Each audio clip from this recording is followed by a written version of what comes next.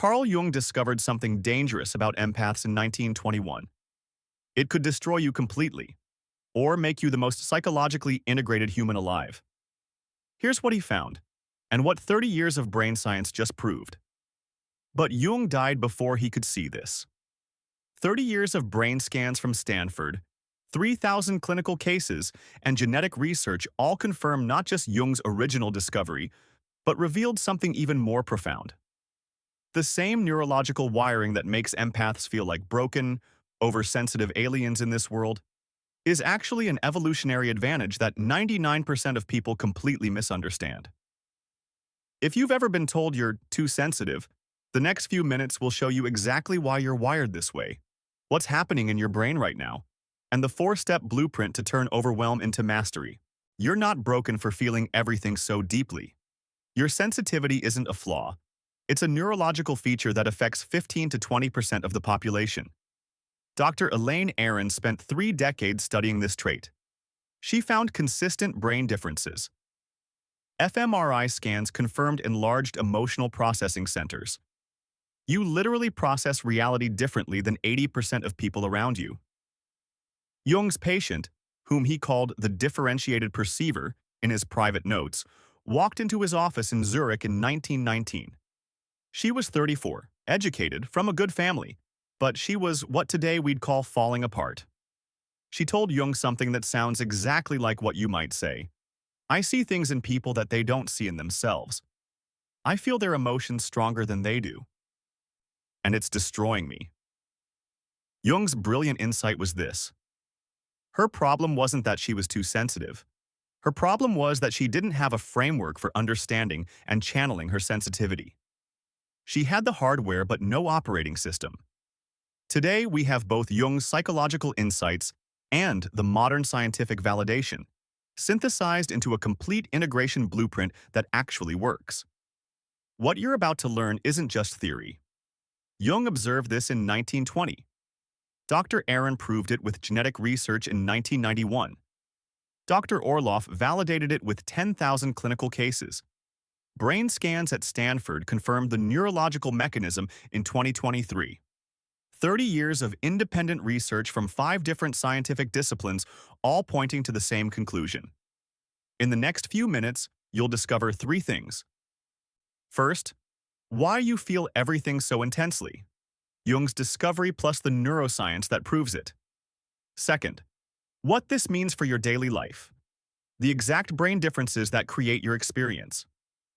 Third, how to transform hypersensitivity into your greatest strength. The integration blueprint with step-by-step exercises you can start using today. This isn't about changing who you are. This is about understanding the why behind how you're wired and learning to work with your neurobiology instead of against it. Every few minutes, I'll give you specific techniques to try. Pause when you need to. Take notes. This is your integration journey, and you're not taking it alone. Let me tell you what happened to Jung's patient, because her story is probably your story. Maria, as I'll call her, couldn't attend social gatherings because she'd absorb everyone's anxiety within minutes. She couldn't work in an office because she'd take on her colleagues' stress like it was her own. She couldn't even have intimate relationships because she'd lose herself completely in her partner's emotional world. Sound familiar? Jung spent months with Maria.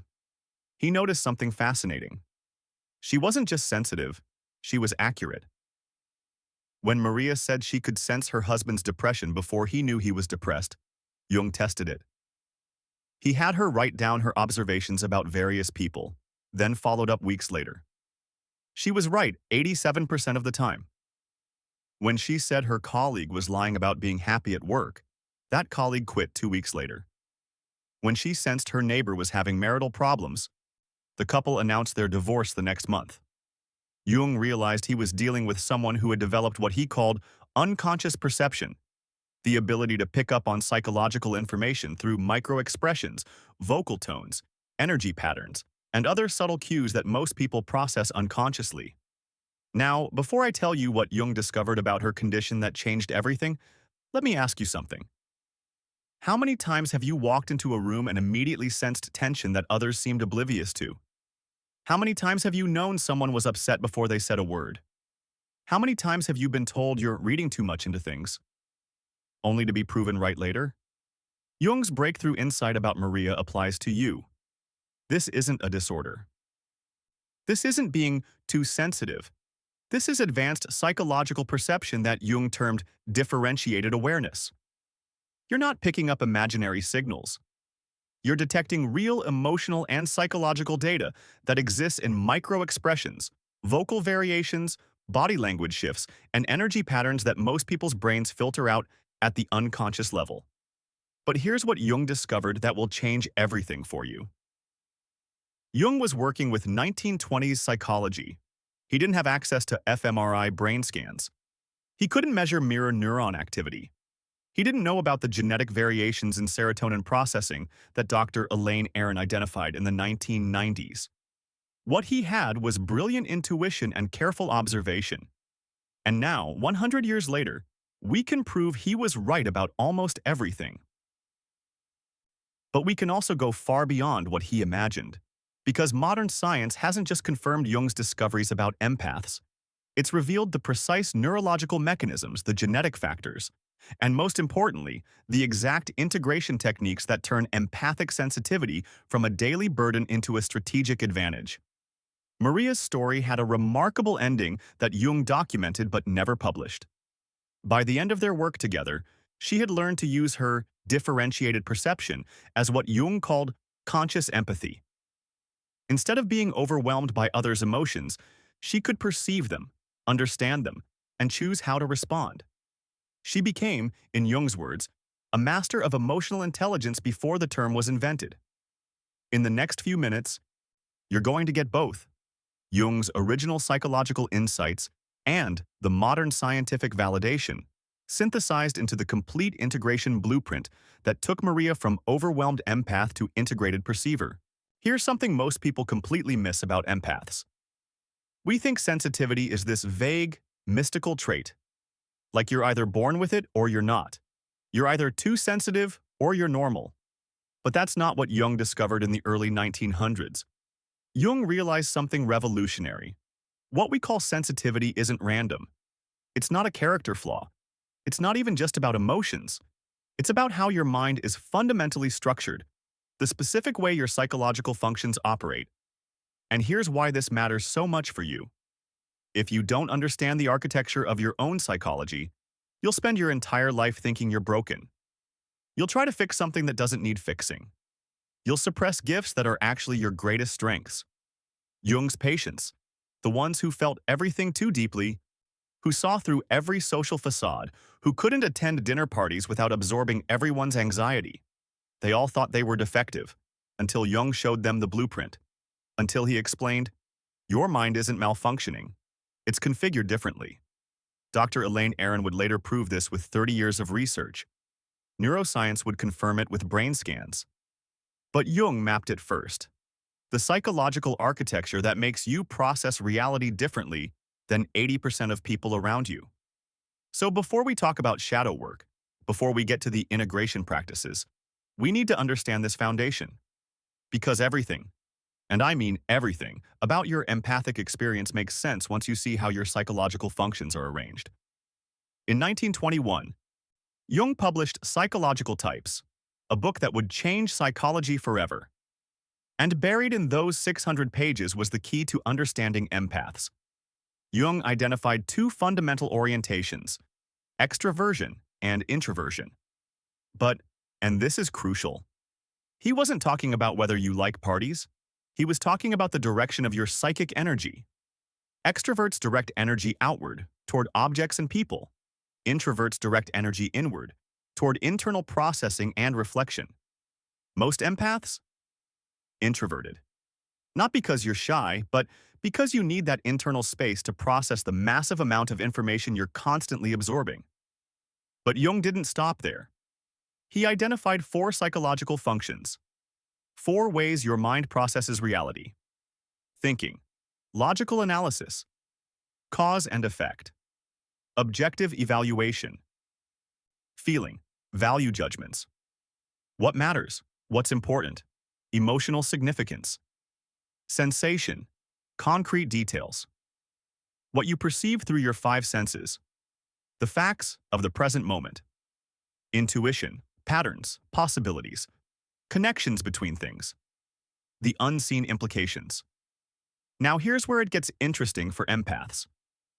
Jung discovered that every person has a dominant function, the one you rely on most, a secondary function that supports it, and two others that remain largely unconscious. For most empaths, Jung observed this specific pattern. Introverted feeling as the dominant function, with intuition as the auxiliary. Let me break that down. Introverted feeling means you process the world through deep, internal value systems. You have this intense sense of what's right, what's authentic, what matters at a soul level. You don't just think about emotions, you feel them with extraordinary depth and nuance. You detect the emotional truth beneath surface interactions. Dr. Judith Orloff's clinical research confirms this. In her 25 years working with empaths, the vast majority show this exact psychological profile. Deep internal feeling processes combined with heightened intuitive perception. And the intuition function? That's your pattern recognition. That's why you walk into a room and instantly sense tension no one else detects. That's why you know someone is lying before they finish their sentence. That's why you see implications and consequences that others miss completely. Jung called people with this configuration differentiated perceivers. Dr. Aron would later call it sensory processing sensitivity. But the mechanism is the same. You're perceiving psychological and emotional information that most people process unconsciously, if they process it at all. Here's the critical part Jung emphasized. These aren't symptoms of mental illness. This is specialization. Just like some people have perfect pitch or eidetic memory, you have differentiated perception.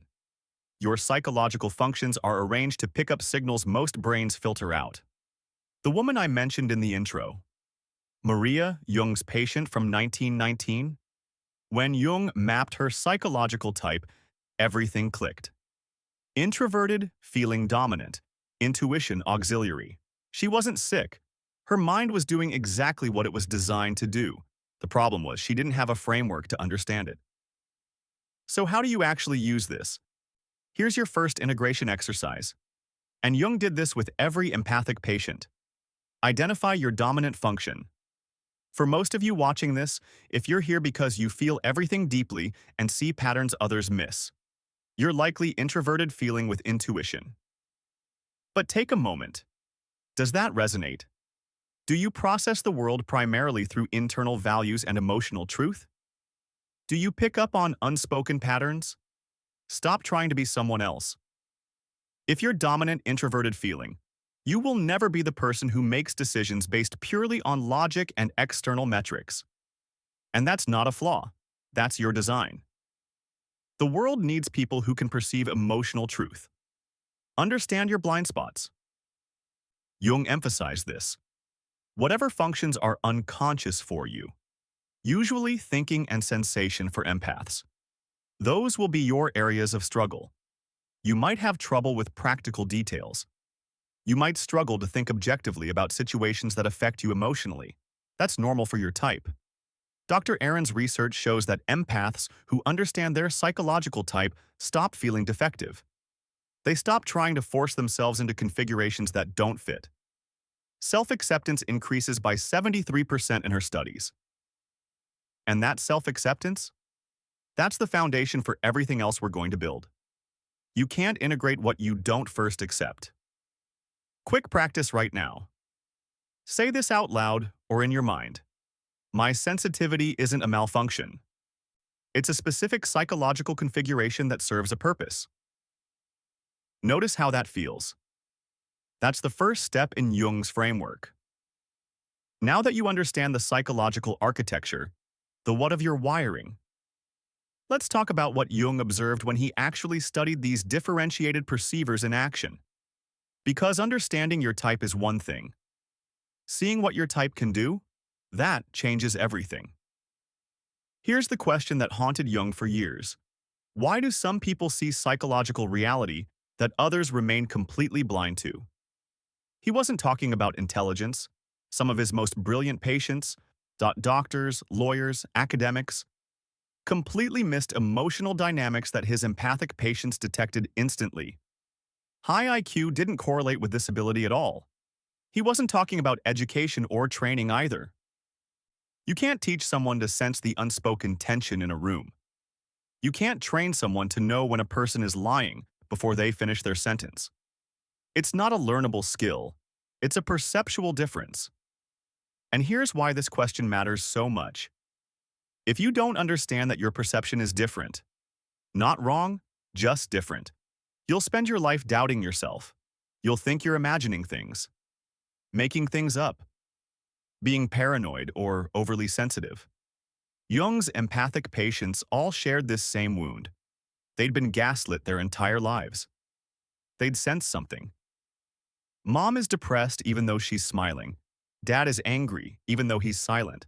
Their partner is lying even though the story sounds plausible, and everyone around them would say, "You're reading too much into it. You're being dramatic. You're too sensitive." But then, days, weeks, months later, the truth would emerge. Mom would have a breakdown. Dad would explode. The partner's affair would be discovered. And the empath would think, "I knew. I knew the whole time. Why doesn't anyone believe me?" Dr. Orloff's research documents this exact pattern. 89% of empaths report being told throughout their lives that they're making things up or being too sensitive, only to be proven right later. The psychological damage from chronic invalidation. Profound. So Jung set out to understand. What are these people actually perceiving? Is it real? Can it be measured? And most importantly, can we help them trust themselves again? Between 1913 and 1934, Jung documented dozens of cases of what he termed differentiated perception. Let me walk you through exactly what he discovered. Most people perceive psychological information unconsciously. You walk into a room, your brain scans faces, picks up micro-expressions, detects vocal tones, senses tension, and all of that happens below conscious awareness. Your unconscious notices, but your conscious mind doesn't register it. Differentiated perceivers? Their threshold between unconscious and conscious is different. What most people process beneath awareness, you process in full consciousness. Jung tested this systematically. He'd have his empathic patients observe therapy sessions with other patients and document their impressions. Then he'd compare their observations to what eventually emerged in therapy. The accuracy rate? Shocking. His patient Maria, the one we keep mentioning, correctly identified unconscious dynamics in strangers with 87% accuracy. She could watch someone for 5 minutes and describe their core psychological complex, their primary defense mechanism, their hidden emotional wound. Dr. Elaine Aron's research 80 years later would confirm this with brain imaging. When HSPs observe facial expressions, their brains show increased activity in regions responsible for emotional processing, empathy, and awareness. They're not imagining things. They're detecting real signals. Jung noticed his empathic patients didn't just perceive individual emotions. They perceived systems, patterns, dynamics between people. Maria would sit in a family session and within 10 minutes describe the invisible alliances, the hidden resentments, the unspoken rules governing the family system. She wasn't guessing. She was perceiving the psychological field that the family existed within. Modern neuroscience explains this. Mirror neurons. When you observe someone, your brain automatically simulates their internal state. For most people, this happens at low resolution. For empaths, the mirror neuron system fires intensely. Dr. Marco Iacoboni at UCLA used fMRI scans to study this. Empaths show 40% more mirror neuron activity than average. You're not being too sensitive. Your brain is literally mirroring others' emotional states more intensely. Here's where Jung made his most important distinction. And I need you to really hear this, because this is what separates empaths who suffer from empaths who thrive. Jung identified 2 types of empathic experience: emotional contagion, unconscious absorption. You walk into a room and feel anxiety, but you think it's your anxiety. You absorb someone's sadness and become depressed. You take on someone's anger and explode later. You can't distinguish their emotions from yours. Conscious perception. Differentiated. Awareness. You walk into a room and think, I'm perceiving anxiety in this space. You notice someone's sadness without becoming depressed yourself. You detect anger without absorbing it into your system. You can feel it without becoming it. Jung's entire integration approach for empaths centered on this shift, from unconscious absorption to conscious perception, from emotional contagion to differentiated awareness. Maria's breakthrough came when Jung taught her to say, I am perceiving this person's depression. This is not my depression. I'm observing it, not absorbing it. Dr. Orloff calls this empathic differentiation. Dr. Trefine on Judith Herman calls it witnessing without merging. But the mechanism Jung identified remains the same. You can perceive deeply without losing yourself in what you perceive. Jung's final observation. Differentiated perception is simultaneously a profound gift and a profound burden. The gift? You see truth. You detect deception. You understand people at depths they don't understand themselves. You can help, heal, guide, because you perceive what others miss. The curse? You're surrounded by people who are unconscious. You see the addiction before the family admits it. You sense the marriage failing before the couple acknowledges it. You detect the mental health crisis before the person breaks. And you're often powerless to intervene because no one believes you until it's too late. Jung wrote in his private notes, the differentiated perceiver lives in a state of constant knowing that others do not share. This is both privilege and prison. That's the existential reality of being an empath.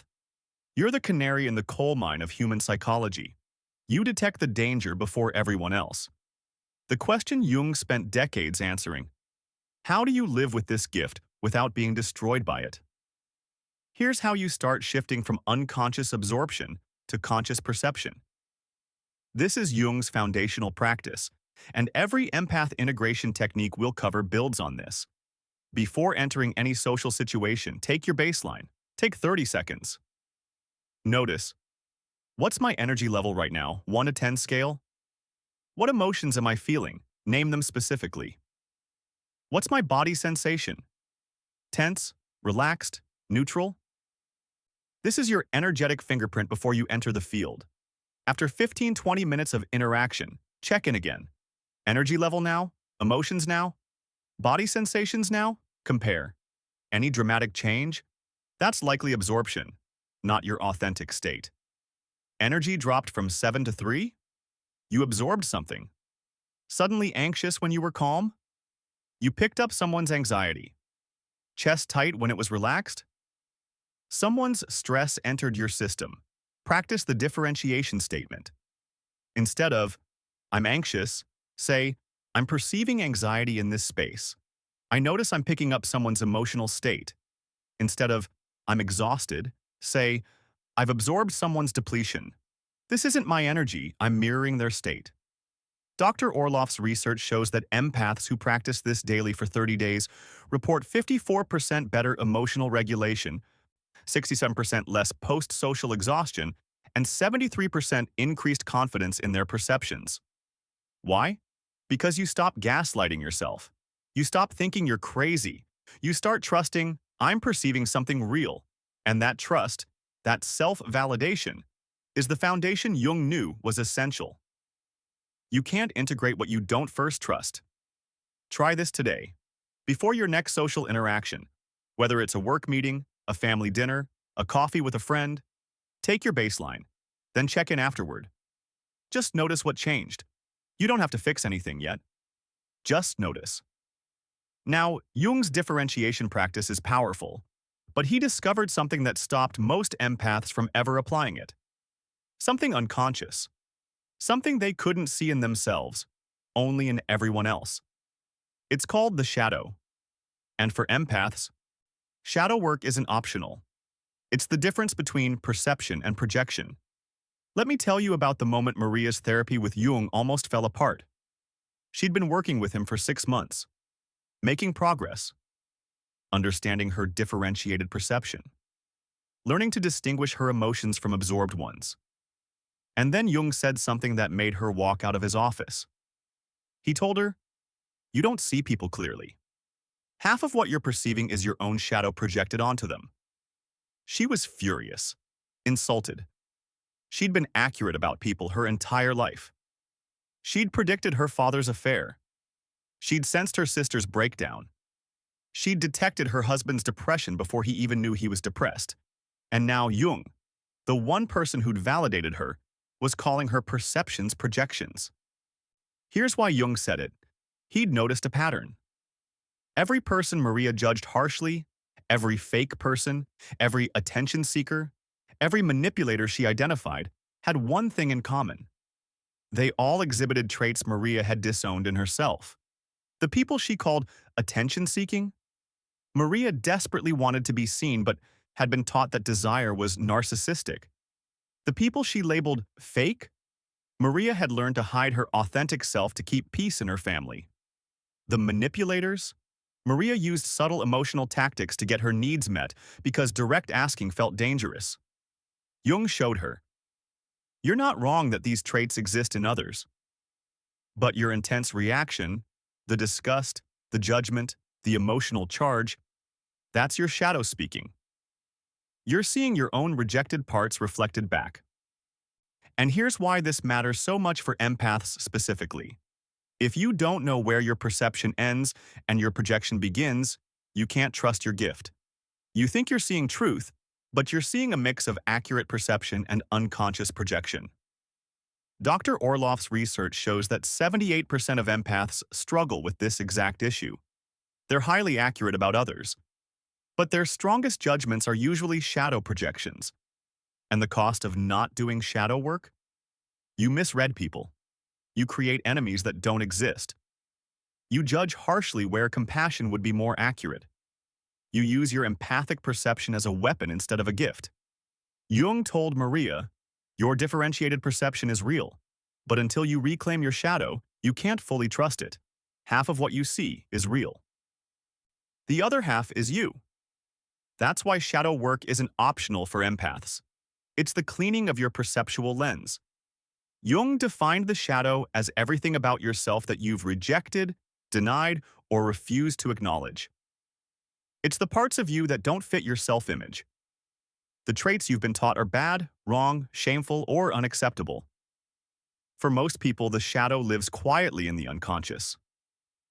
But for empaths, your shadow doesn't stay hidden. It gets projected onto everyone you perceive. Here's the mechanism Jung identified. You're young. You express a trait. Maybe you're loud, maybe you're needy, maybe you're angry, maybe you want attention, and you're punished for it. Your parent shames you. Your teacher scolds you. Your sibling mocks you. You learn, "This part of me is bad. I must not be this way." You push that trait into the unconscious. You tell yourself, "I'm not that kind of person. I'm not loud. I'm considerate. I'm not needy. I'm independent. I'm not angry. I'm peaceful. I'm not attention-seeking. I'm humble." The trait doesn't disappear. It goes into shadow. Now, every time you encounter someone who exhibits that trait, your shadow activates. You have a disproportionate emotional reaction, disgust, judgment, moral outrage. And because you're an empath, because you have differentiated perception, you can articulate exactly what's wrong with this person. You can describe their attention-seeking behavior in precise detail. You can sense their manipulation with shocking accuracy. But Jung asks, are you perceiving their trait, or are you perceiving your own disowned trait reflected in them? Usually, both. The trait exists in them, but the intensity of your reaction reveals your shadow. Jung documented the most common shadow traits for differentiated perceivers. Let me walk you through them, and I want you to notice which ones make you uncomfortable, because that discomfort is diagnostic. Empaths pride themselves on being helpers, supporters, the ones who hold space for others. But many empaths desperately want to be seen themselves, and they've rejected that need as narcissistic. So they judge attention seekers harshly. They roll their eyes at people who post on social media. They mock performative vulnerability. But Jung would ask, what if your judgment reveals your own hunger for recognition that you've disowned? Empaths identify as givers. They're generous, self-sacrificing, always putting others first. But many carry deep resentment about this, because secretly they want to be selfish sometimes. They've rejected their own self-interest as wrong. So they project selfishness onto everyone who sets boundaries, says no, or prioritizes themselves. Jung observed this constantly. Empaths judging selfish people while they themselves are depleted from chronic self-abandonment. Many empaths have been taught that anger is dangerous, that conflict is bad, that aggression is unacceptable. So they become peaceful people. But their anger doesn't disappear. It goes into shadow. And then they perceive angry people everywhere. They're hypervigilant to others' aggression. They judge people who express anger directly, while their own rage leaks out in passive-aggressive ways. Dr. Judith Herman's research on trauma shows this pattern clearly.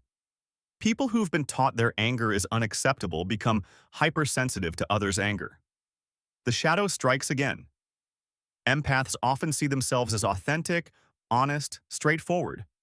But many learned early that direct needs are dangerous, so they developed subtle emotional tactics to get needs met. Then they project manipulation onto others. They sense when someone is being strategic or controlling, and they judge it harshly. Meanwhile, they don't notice their own subtle ways of managing others' emotions or avoiding direct confrontation. Jung's insight. The traits you judge most harshly are usually the traits you've most thoroughly disowned. Here's the principle Jung taught Maria. Whatever you judge in others with intense emotion, that's your work. Mild observation, that's probably accurate perception. Intense judgment, moral outrage, visceral disgust, that's shadow. Dr. Orloff's research confirms this. When empaths do shadow work and reclaim disowned traits, their empathic accuracy actually improves. They stop projecting. They see more clearly. One of her clients, a therapist who was an empath, constantly judged her clients as weak and victimized. She prided herself on being strong and resilient. Through shadow work, she discovered, she'd never allowed herself to feel vulnerable or ask for help. She'd disowned her own weakness, and she was projecting it onto every client. When she reclaimed her vulnerability, when she admitted she wasn't always strong, her judgment of clients disappeared. She could perceive their struggle with compassion instead of contempt. That's the power of shadow work for empaths. It cleans the lens. You start seeing people as they actually are, not as your shadow fears they might be. Here's Jung's shadow audit practice for empaths. You'll need your journal or notes app. This takes 7 minutes, and it's uncomfortable, which means it's working. Think of one person who consistently irritates you, not someone who's harmed you. That's different. Someone whose personality or behavior just triggers you. Write their name. What specifically bothers you about them? Don't be vague. They're annoying doesn't work. Get specific. Are they attention-seeking, self-absorbed, overly emotional, fake, aggressive, too sensitive? Write down 2 to 3 specific traits that bother you most. Here's where it gets real. Jung's question. Do I have this trait, even in a small way? Your ego will immediately say no. Absolutely not. I'm nothing like them. That resistance, that's your shadow protecting itself. Sit with the question longer. Do you have this trait, even 10%? Even in a different form? Example, you judge someone for being attention-seeking. You would never post selfies or talk about your accomplishments. But do you fish for validation in subtler ways? Do you secretly hope people will notice your sacrifices? Do you help others partially because you want to be seen as the helpful one? Different behavior, same need for attention. If you do have this trait, even a little, how might having it actually serve you? Jung believed every shadow quality has a gift embedded in it. If you could own your need for attention, Could you finally share your work without shame? If you could own your self-focus, could you finally prioritize your own needs sometimes? Write your honest answers. This is for your eyes only. The goal isn't to confess your shadow to everyone. The goal is to see it, acknowledge it, and integrate it so it stops controlling you through projection. Do this practice weekly. Pick a different person, different judgment each time. Over 6 to 8 weeks, you'll notice something shift. The judgments decrease. The toxic people everywhere seem to disappear. You're not surrounded by different people. You're seeing the same people with cleaner perception. One more thing Jung emphasized. Shadow work doesn't make you less empathic.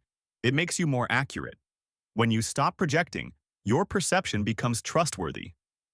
You can finally tell the difference between "I'm sensing real manipulation here" versus "this person reminds me of my unhealed wound." So now you have Jung's differentiation practice, learning to perceive without absorbing.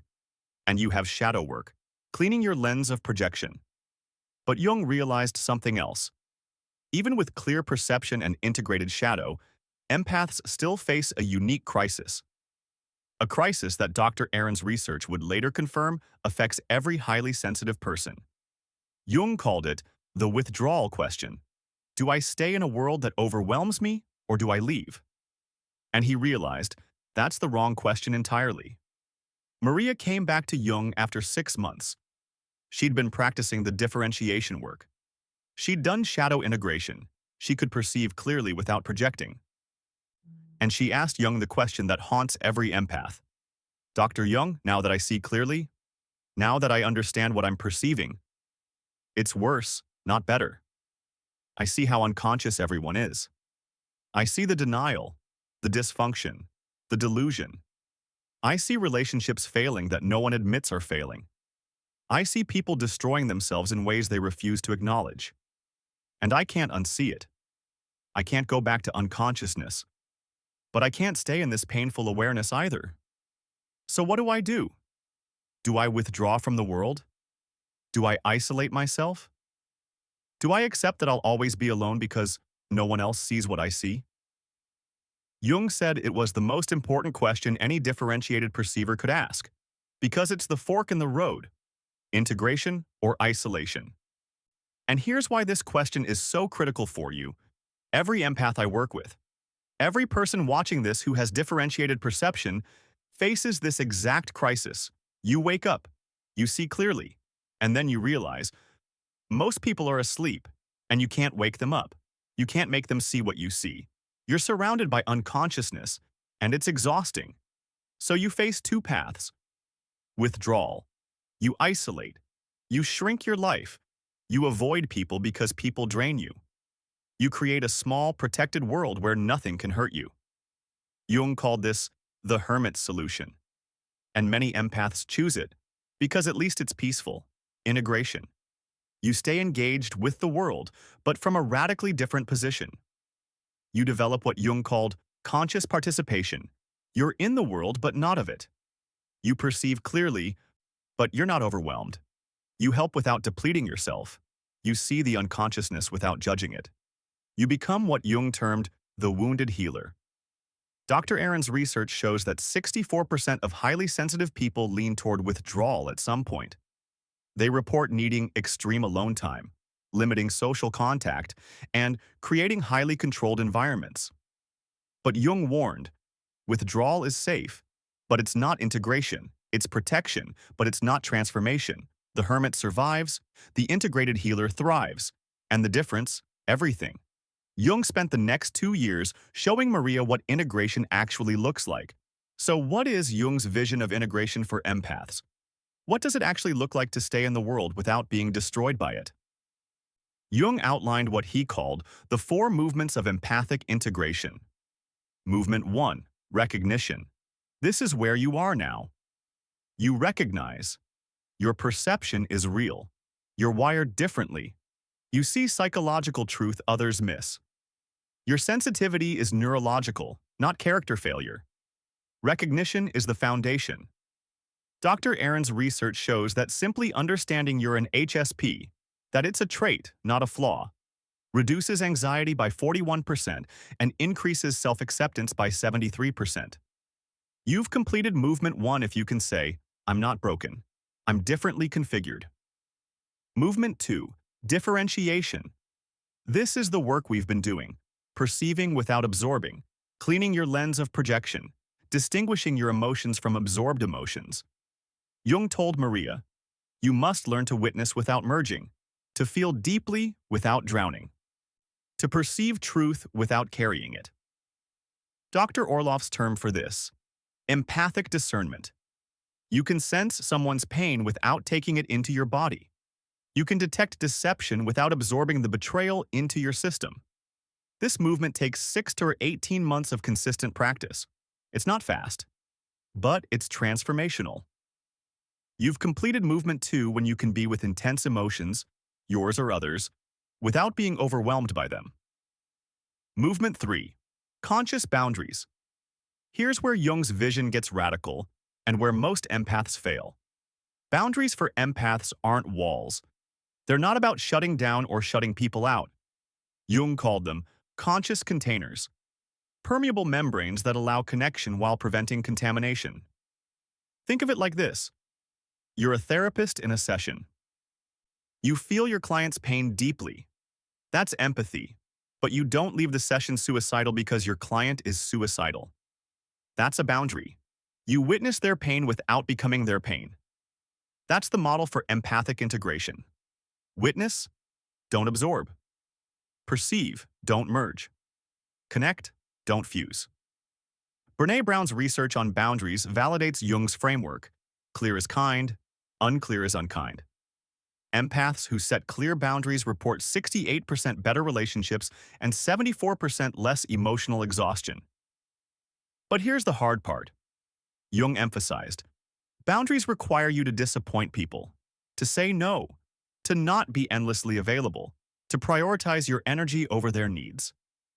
And for empaths, who often built their identity around being helpful, available, self-sacrificing, boundaries feel like betrayal, like selfishness, like failure. Jung told Maria, you've been taught that your worth comes from your usefulness to others. Integration requires you to find worth in your being, not just your doing. That's movement 3, and it's where most empaths get stuck, because it requires fundamentally redefining who you are. You've completed movement 3 when you can say no without guilt, set limits without shame, and prioritize your energy without feeling selfish. Movement 4, sacred service. Here's Jung's ultimate vision for integrated empaths, and why he called them wounded healers.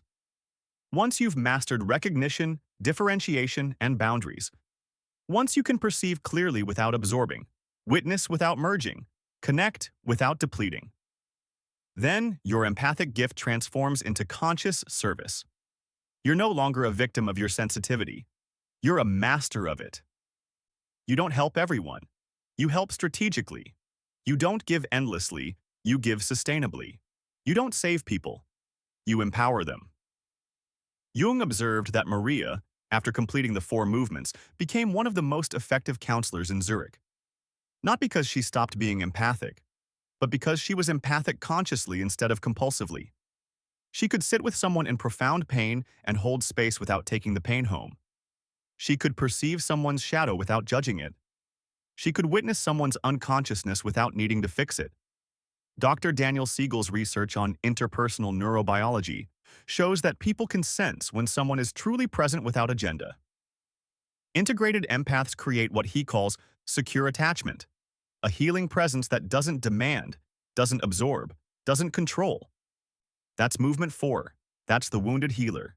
That's the integration Jung envisioned. You've completed movement 4 when your empathic gift serves you and others without destroying you in the process. So how do you actually move through these 4 movements? Here's your integration roadmap. Months 1 to 3. Recognition. Daily affirmation.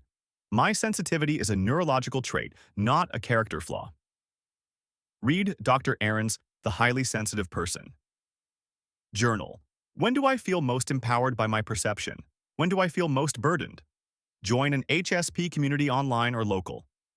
Goal, self-acceptance. You're not broken. Months already 4-9. Differentiation. Daily baseline practice before, after social interactions. Weekly shadow work with one trigger person. Monthly review. Am I perceiving or absorbing? Where am I still unconscious? Practice the differentiation statement. I am perceiving X. This is not mine. Goal. Clear perception without absorption. Months. 10, 12. Boundaries. Identify your top 3 boundary violations. Where do people drain you most? Script your boundaries. Write out exact language. Practice saying no 3 times per week. Start small. Declining coffee, delaying responses. Notice guilt, and do it anyway. Read Brené Brown's Atlas of the Heart Boundaries chapter. Goal: protecting your energy without shame. Year 2+. Sacred service. Ask, where can I serve sustainably? Not where you're needed, where you can give without depleting. Practice empathic generosity. Help intentionally, not compulsively. Develop your offering. Therapy, coaching, teaching, art, writing, whatever channels your gift consciously. Mentor another empath when you're ready. Goal: your sensitivity serves the world without destroying you. Jung told Maria to check herself quarterly. Am I withdrawing or integrating?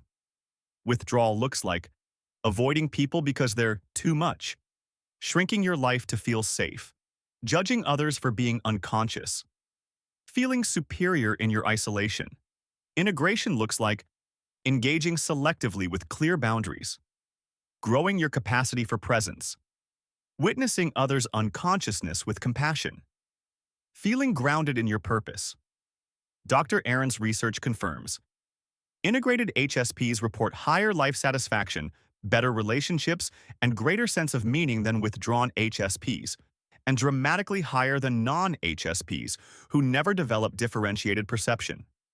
Your empathic gift, integrated, is a superpower. Unintegrated, it's a curse. The choice, and it is a choice, is yours. Start today. Month 1. Recognition. Say it out loud right now. My sensitivity is not a flaw. That's the first step in Jung's framework. That's how integration begins. You now have Jung's complete framework, from understanding your psychological type, to differentiating perception from projection, to shadow integration, to the 4 movements toward becoming a wounded healer. Jung's patients, who learned this? They transformed. Maria went from someone who couldn't attend dinner parties to becoming one of Zurich's most effective counselors. Not by becoming less empathic, by becoming consciously empathic. But here's what haunted researchers for the next 70 years after Jung died in 1961. Was Jung just brilliant at observation? A psychological genius who could see patterns no one else detected? Or was he observing something real, something physical, measurable, rooted in actual biology?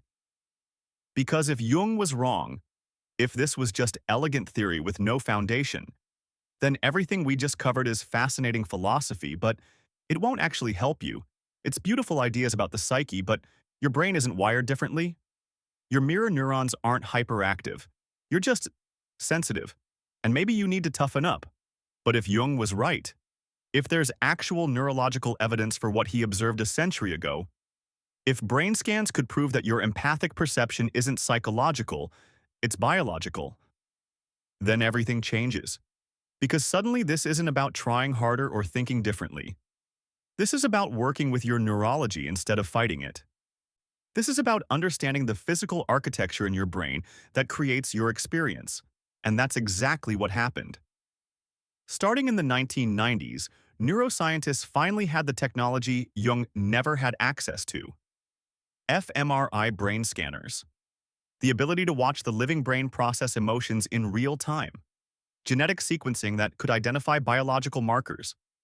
Dr. Elaine Aron at Stony Brook University became the first person to put Jung's theories under an actual microscope, literally.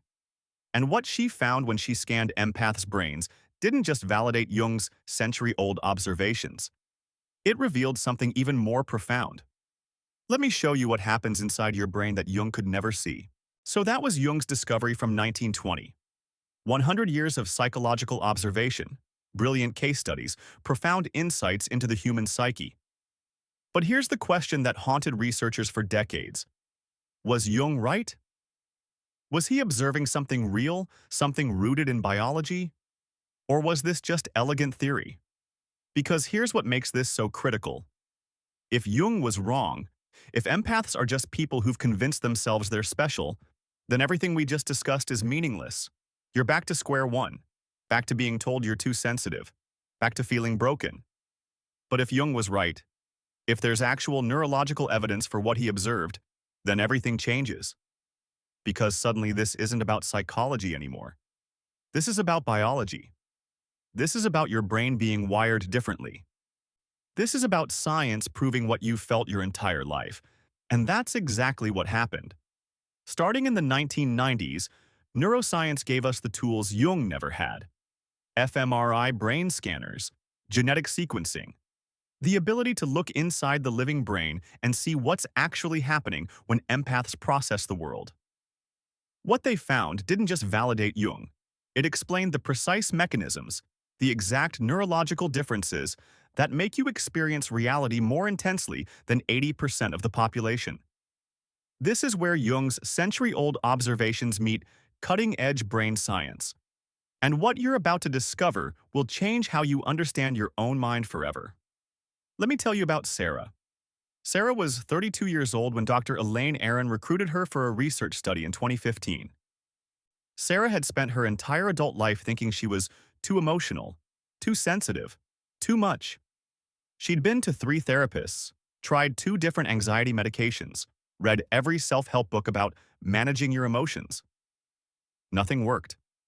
She still left social events feeling like she'd been hit by a truck. She still knew when her partner was upset before he said a word. She still walked into rooms and immediately sensed tension that everyone else seemed oblivious to.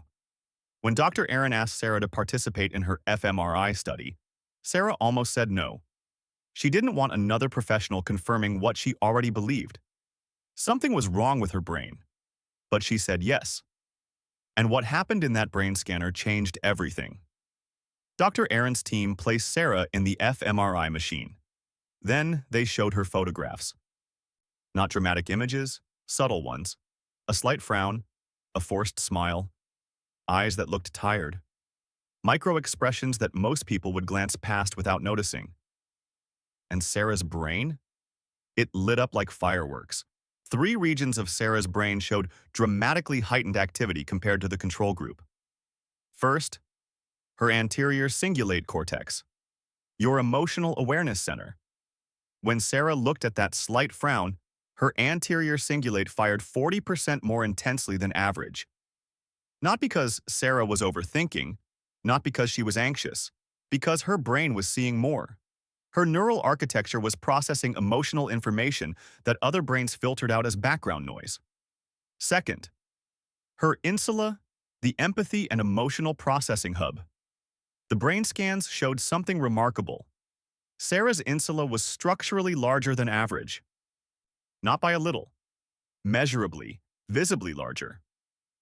The hardware for emotional processing in her brain was literally enlarged. Dr. Aron told Sarah, "You're not imagining that you feel more. Your empathy center is physically bigger." Third, her visual cortex areas responsible for detailed processing. This explained why Sarah noticed the micro-expressions in the first place. Her visual processing regions were capturing subtleties at a higher resolution than most people's brains even register. When Dr. Aron showed Sarah the brain scans, Sarah started crying. Not from sadness, from relief. For 32 years, she'd been told, by family, by friends, by therapists, that she was being too sensitive. That she was imagining things, that she needed to toughen up. And now she was looking at scientific proof. Her brain was different. Measurably, structurally, functionally different. She wasn't too sensitive. She was neurologically sensitive. Sarah wasn't an outlier. Dr. Aron's research at Stony Brook University studied over 2,800 participants across multiple countries over 3 decades. Not anecdotes, not case studies, Hard science with fMRI brain imaging, genetic analysis, and longitudinal tracking. The pattern was consistent. When highly sensitive people were shown emotional stimuli, their brains showed the same three-region hyperactivity that Sarah's did. Dr. Marco Iacoboni at UCLA took this research even further with his studies on mirror neurons, the brain cells that help you understand others' experiences. His brain imaging revealed that in empaths, mirror neuron systems don't just activate, they hyperactivate. When someone near you feels anxiety, your mirror neurons fire so intensely that your brain experiences it as if you're the one who's anxious. You're not being dramatic. Your neurons are literally mirroring their emotional state at a neurological level. This is what Jung observed in 1920 through careful clinical work. What he called unconscious perception, the ability to detect psychological information through subtle cues. He was right. But he was describing it psychologically because he didn't have access to brain scanners. Now we know the mechanism. It's not mystical, it's neurological. Your anterior cingulate processes emotional information more deeply. Your insula is structurally larger. Your mirror neurons fire more intensely. You're not imagining that you see and feel more than others. You do. Your brain is wired to. But here's the most important thing Dr. Elaine Aron discovered. The finding that changes everything for you. The brain differences aren't subtle. They're not marginal variations. When they scanned 100 highly sensitive people, the patterns were consistent across all of them. This isn't a disorder. This isn't something to fix. Dr. Aron found that approximately 15 to 20% of the population has this trait. Not 1%. Not a rare mutation. 1 in 5 humans is wired this way. And she studied the same trait, this same heightened sensitivity, across multiple species. Fruit flies, fish, dogs, primates. In every species, roughly 20% showed this pattern of enhanced environmental awareness. This isn't a modern psychological phenomenon. This isn't something Instagram created. This is ancient biology, evolutionary adaptation. Your brain has been this way since birth. And Dr. Aron's research proves it. Not because you're trying to, because your brain is wired to. So what does this neuroscience actually mean for your daily life? When you walk into a room and instantly sense tension, that's your anterior cingulate cortex detecting emotional information that other people's brains simply filter out as background noise. When you can't stop thinking about a friend's sadness 3 days after they mentioned it, that's your enlarged insula processing and storing emotional information more deeply than the average brain does. When you notice someone's smile doesn't reach their eyes, when you pick up on the slight edge in someone's voice, when you sense something's wrong before anyone says anything, that's your enhanced visual and auditory cortex capturing details at a higher resolution.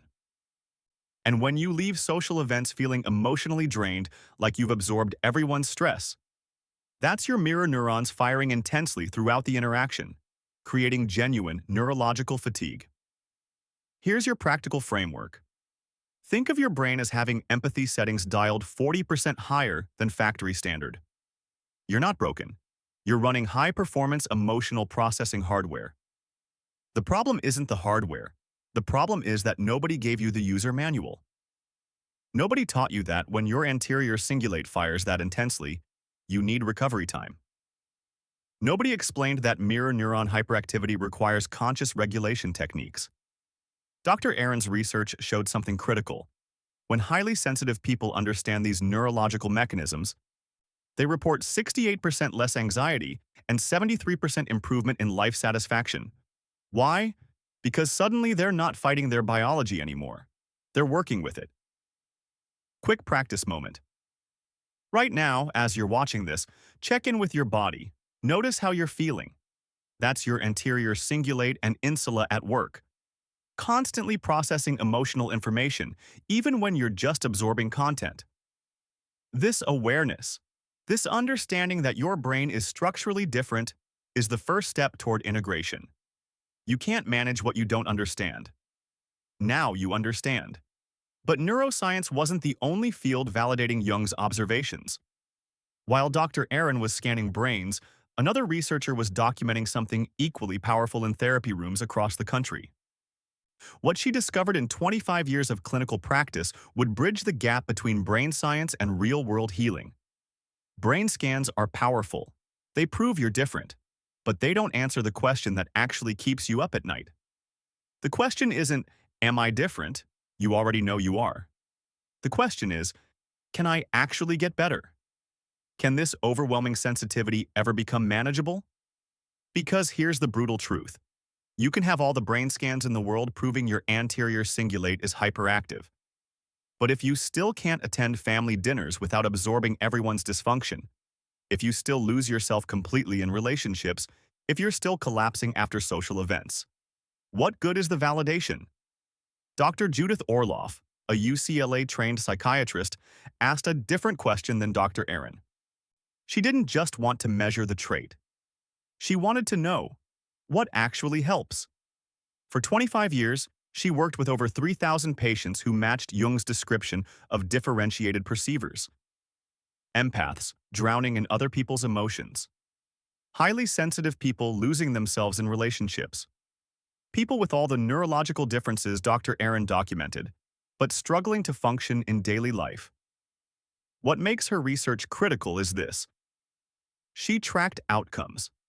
She documented which techniques actually worked, which practices led to real improvement versus which just sounded good in therapy. And what she found fills the gap between brain science and healing, because Jung gave us the psychological framework, Dr. Aron gave us the neurological proof, but Dr. Orloff gave us something more valuable, the clinical evidence for what actually creates change. This is where theory meets practice, where validation becomes transformation. Dr. Orloff's research documented the exact patterns Jung observed a century earlier. But she added something Jung couldn't provide: clinical data on thousands of cases, tracked over decades. Her patients reported identical experiences, absorbing others' emotions like a sponge, getting overwhelmed in crowds, losing their identity in relationships, struggling with boundaries, the inability to say no without drowning in guilt. Sound familiar? But here's what Orloff discovered that changed everything. She identified the specific distinction that separates suffering empaths from thriving empaths. And it's the same distinction Jung made: absorption versus perception. Let me explain this clearly because it's the most important concept you'll learn today. Absorption is what happens when you take on someone else's anxiety and can't distinguish it from your own anxiety. You're sitting with a stressed friend, and suddenly your chest is tight, your thoughts are racing, and you don't realize you've absorbed their state. You're carrying their emotional experience in your body. Perception is when you notice someone's anxiety. You understand it, you feel compassion for it, but you don't take it into your system. You observe without absorbing. You connect without merging. Jung talked about this psychologically. Orloff proved it clinically. Across 3,000 patients, the ones who learned conscious perception showed dramatic improvement. The ones who continued unconscious absorption? They burned out. Her largest published study tracked 400 empaths through a 12-week integration program. The results were stunning. 73% reduction in anxiety symptoms, 68% improvement in relationship satisfaction, 81% reported feeling more like themselves rather than a victim of their sensitivity. 64% showed improved work performance and reduced burnout. These aren't minor improvements. These are life-changing transformations. And the key variable? Learning the absorption versus perception distinction. Dr. Orloff developed specific techniques, what she calls empathic shielding practices. Essentially, these are modernized, clinically tested versions of Jung's conscious perception approach. One technique she validated extensively is the protective bubble visualization. Before entering challenging social situations, you spend 60 seconds visualizing yourself surrounded by a permeable but protective boundary. The research shows this engages your parasympathetic nervous system and primes your brain for healthy boundary maintenance. Now, I know what you might be thinking. Visualization? That sounds like New Age nonsense. But here's the thing. This isn't wishful thinking. Brain imaging shows that when empaths practice these visualization techniques, they show reduced amygdala reactivity, meaning less fear response, and stronger activation in prefrontal cortex regions responsible for emotional regulation. Dr. Orloff's clinical research also confirmed Jung's shadow work hypothesis. Empaths who fail to do their own psychological work, who haven't examined their own unconscious material, consistently struggle more. Why? Because they can't distinguish between their projections and their perceptions. She documented a pattern. Empaths who judge others harshly often discover through therapy that they're seeing their own rejected traits reflected. One patient constantly criticized attention seekers. In therapy, she realized she desperately wanted attention but had been taught it was shameful. The clinical data is clear. Integration requires both neurological understanding and psychological work. Brain scans explain the hardware. Shadow work cleans the software. You need both. Let's make this immediately practical. The next time you're around someone who's stressed, anxious, or angry, try this. Before you engage, take 3 conscious breaths and mentally state, "I'm noticing this emotion. It belongs to them, not me." That simple statement. "This belongs to them, not me," activates the perception pathway instead of the absorption pathway. Dr. Orloff's research shows that empaths who practice this distinction report 67% less emotional exhaustion after social interactions. Second technique, the boundary check-in. After any intense social interaction, spend 60 seconds asking yourself, what am I feeling right now that's actually mine? What did I absorb that belongs to someone else? You'll be surprised how often you're carrying emotions that aren't yours. Once you identify them, you can consciously release them. Dr. Orloff teaches a simple release practice. Visualize the absorbed emotion as a color or shape. Acknowledge it, thank it for the information it provided, then imagine it flowing out of your body like water draining. Sounds simple, but the clinical data shows it works. Here's the framework that ties this together. Step 1. Before social interaction. Set intention for perception, not absorption. Step 2. During interaction. When you notice strong emotion, mentally label. Theirs, not mine. Step 3. After interaction. Boundary check-in to identify what you absorbed. Step 4. Release practice. Visualize and release absorbed emotions. Dr. Orloff's patients who practiced this daily framework showed measurable improvement within 2 weeks. Not months. Weeks. The key insight from 25 years of clinical work. You don't need to change your sensitivity. You need to change your relationship to what you sense. Perception instead of absorption. Observation instead of merging. That's the clinical path from suffering to thriving. And thousands of patients have walked it successfully. So we have Jung's psychological insights. We have neuroscience proving brain differences. We have clinical evidence for what actually works. But there's one more layer that makes this even more fascinating. Because when geneticists started looking at highly sensitive people, they discovered something that explains why roughly 20% of humans and 20% of almost every species are wired this way. The answer isn't just in your brain. It's written in your DNA. Here's a question that puzzled researchers for decades. If high sensitivity makes life harder, if empaths struggle with overwhelm, burnout, anxiety, why does this trait exist? Why would evolution preserve something that seems like a disadvantage? You've probably asked yourself the same question. If being this sensitive causes so much suffering, what's the point? Why are you built this way? Because here's what it feels like, right? Like you drew the short straw in the genetic lottery. Like everyone else got the normal sensitivity gene, and you got stuck with the feel everything intensely and suffer variant. But what if you have that completely backwards? What if high sensitivity isn't a flaw that slipped through evolution's filter? What if it's a deliberately preserved advantage that serves a critical function? Dr. Michael Pluce at Queen Mary University London asked exactly this question. And when geneticists started examining the DNA of highly sensitive people, They found something stunning. This isn't random. This isn't a mutation. This is evolutionary strategy. And it's been part of human DNA for thousands of years. Probably tens of thousands.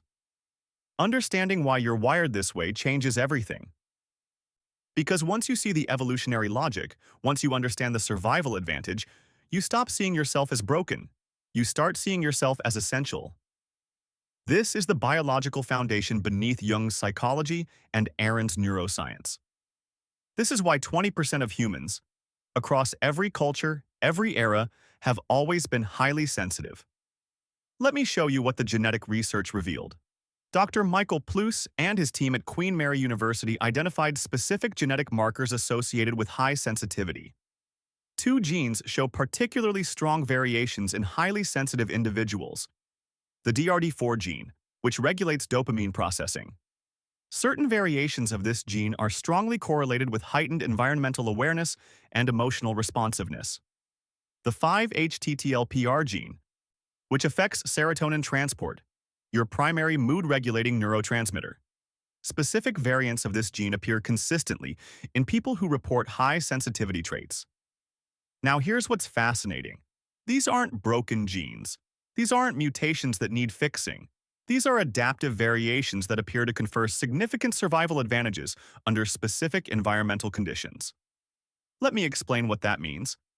Dr. Plous's research built on evolutionary biology theory. In any population, human, animal, insect, you need diversity of response strategies to survive changing environments. Imagine an ancestral tribe of 100 people. If everyone had identical sensitivity levels, identical response patterns, identical ways of processing threats, that entire tribe would be vulnerable to the same blind spots. But if 20% of the tribe had heightened sensitivity, if they noticed subtle changes others missed, if they picked up on early warning signs, if they processed environmental information more deeply, suddenly the entire group has an early warning system. This is called the sensitive responsive strategy in evolutionary biology. Think about it practically. You're a tribal group in ancient times. Most people are focused on immediate tasks: hunting, gathering, building. That's essential. But you also need some members who are constantly scanning the environment, who notice when animal behavior shifts, suggesting predators nearby, who detect subtle tension in neighboring tribes before conflict erupts, who sense weather pattern changes before storms hit. Those highly sensitive individuals weren't a burden. They were the tribe's radar system. Dr. Aron found this same pattern across species. Roughly 20% of fruit flies show heightened environmental responsiveness. 20% of fish. 20% of dogs, primates, even birds. This ratio appears consistently across the animal kingdom. Why 20%? Because evolutionary modeling shows that's the optimal ratio. Too few sensitive individuals and the group misses crucial environmental signals. Too many and the group becomes paralyzed by overthinking and can't act decisively. But here's the critical nuance. High sensitivity is only advantageous in certain environmental conditions. Dr. Plous's research shows that highly sensitive individuals are more affected by both negative and positive environments. In harsh, chaotic, unsupportive environments, empaths struggle more than average sensitivity people. But in positive, supportive, nurturing environments, empaths thrive more than anyone else. They called this differential susceptibility, or biological sensitivity to context. You're not just sensitive to pain, you're sensitive to everything, including beauty, connection, meaning, growth. Studies show that highly sensitive children in difficult home environments develop more behavioral problems than non-sensitive children, but highly sensitive children in supportive home environments develop into the most well-adjusted, successful, emotionally intelligent adults. The same trait that makes you vulnerable to negative environments makes you exceptionally responsive to positive ones. You have a wider range. You can suffer more, but you can also flourish more. This is why Jung's integration work matters so much. Because when you create the right internal environment, when you do shadow work, set boundaries, practice conscious perception, You activate the thriving side of this genetic sensitivity. The genetic research proves what Jung intuited.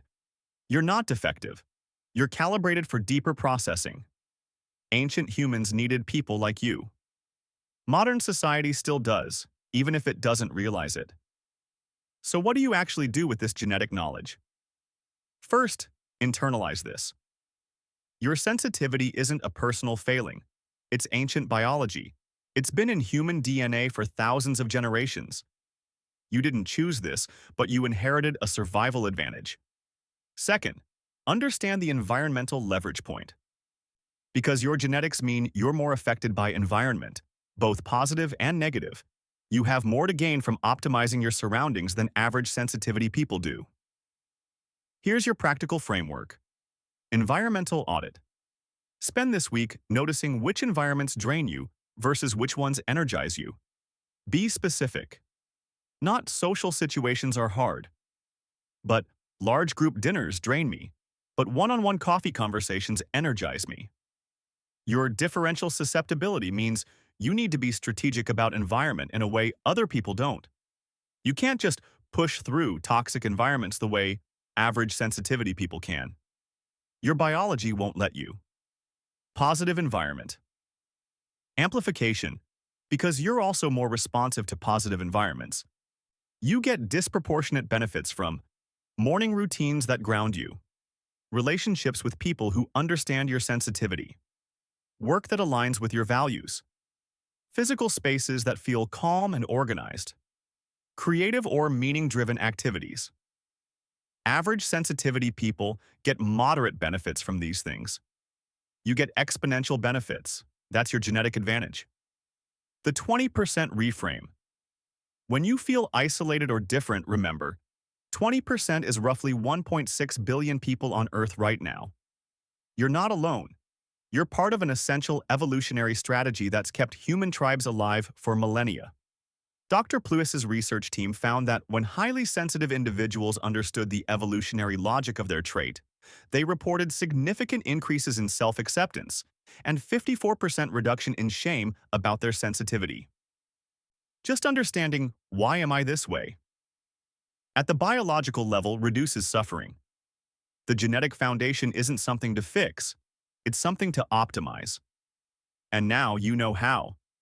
We've established the genetic foundation.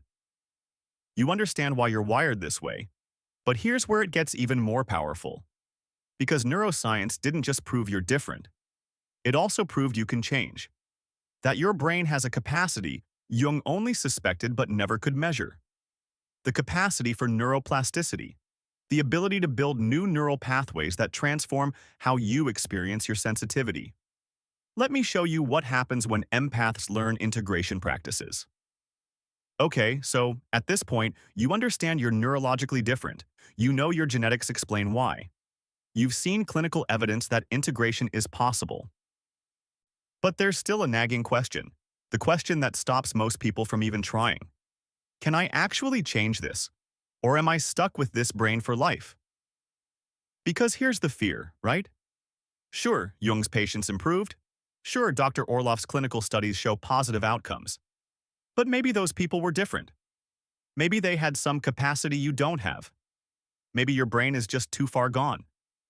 Maybe you've spent too many years absorbing everyone's emotions, burning out in toxic relationships, collapsing after social events. Maybe the neural pathways are too deeply grooved. Maybe it's too late.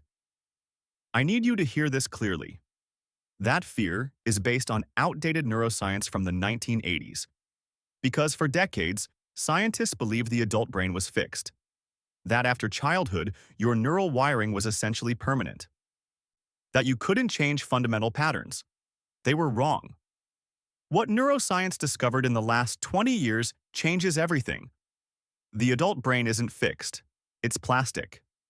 Neuroplasticity, the brain's ability to form new neural connections, strengthen certain pathways, weaken others, continues throughout your entire life.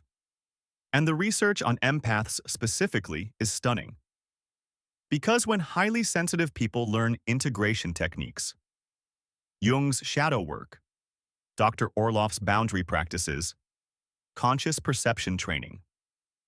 Their brains change in measurable, visible ways. This isn't faith. This isn't positive thinking. This is brain imaging showing structural changes, functional changes, changes that correlate directly with improved quality of life. You're not stuck. Your brain can build new pathways. And I'm about to show you exactly what those changes look like. Dr. Judson Brewer at Yale University conducted one of the most fascinating studies on neuroplasticity in empaths. His research team recruited highly sensitive individuals and tracked them through 8 weeks of integration training. This included meditation, boundary-setting practices, emotional regulation techniques, essentially modernized versions of Jung's individuation work. Before training, brain scans showed a predictable pattern. When empaths were exposed to others' emotional expressions, their brains showed hyperactivity in 2 specific regions: the amygdala, your fear and threat detection center. Constantly on high alert, scanning for emotional danger, triggering stress responses. The anterior cingulate cortex, that emotional processing center we discussed earlier. Working overtime, absorbing and analyzing every emotional signal. This constant hyperactivity is why you feel exhausted after social interactions. Your brain is running emotional processing software at maximum capacity with no off switch. But here's what happened after just 8 weeks of training. The amygdala activity decreased significantly. Not because empaths stopped being sensitive, they still showed enhanced emotional perception. But the fear response, the overwhelm reaction, reduced dramatically. At the same time, activity increased in prefrontal cortex regions, the areas responsible for emotional regulation, conscious control, and executive function.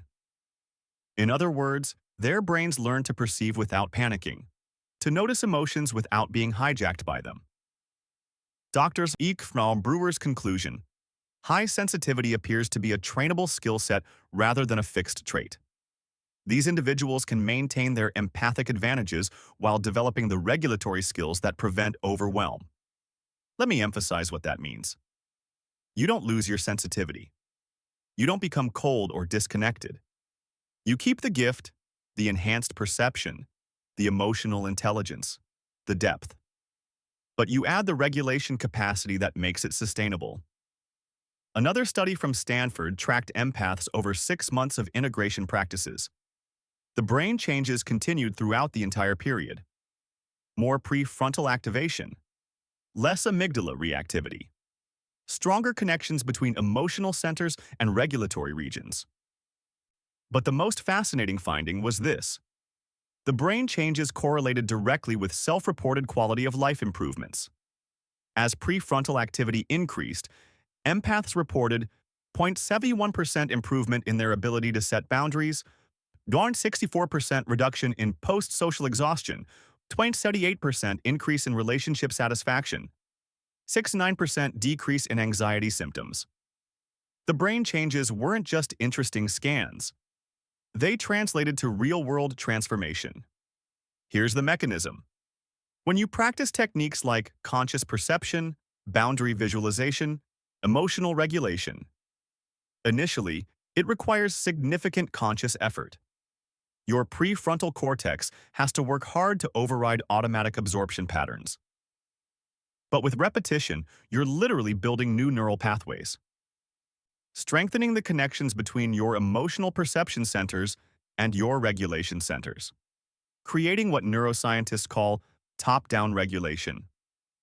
After weeks and months, what required intense effort becomes more automatic. The new pathways become stronger.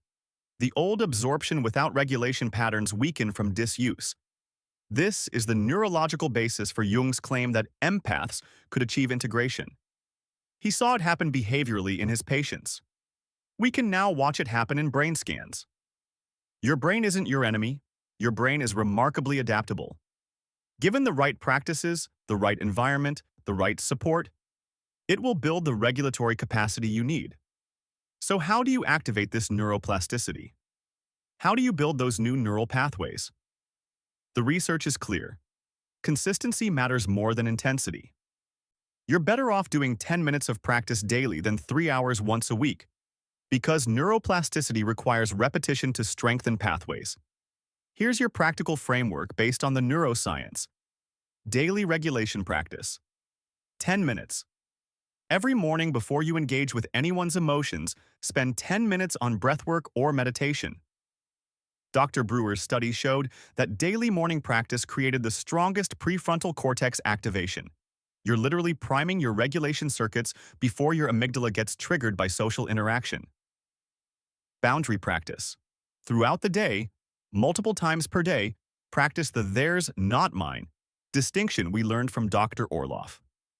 Each time you consciously label an emotion as belongs to them, you're building the neural pathway between perception and regulation.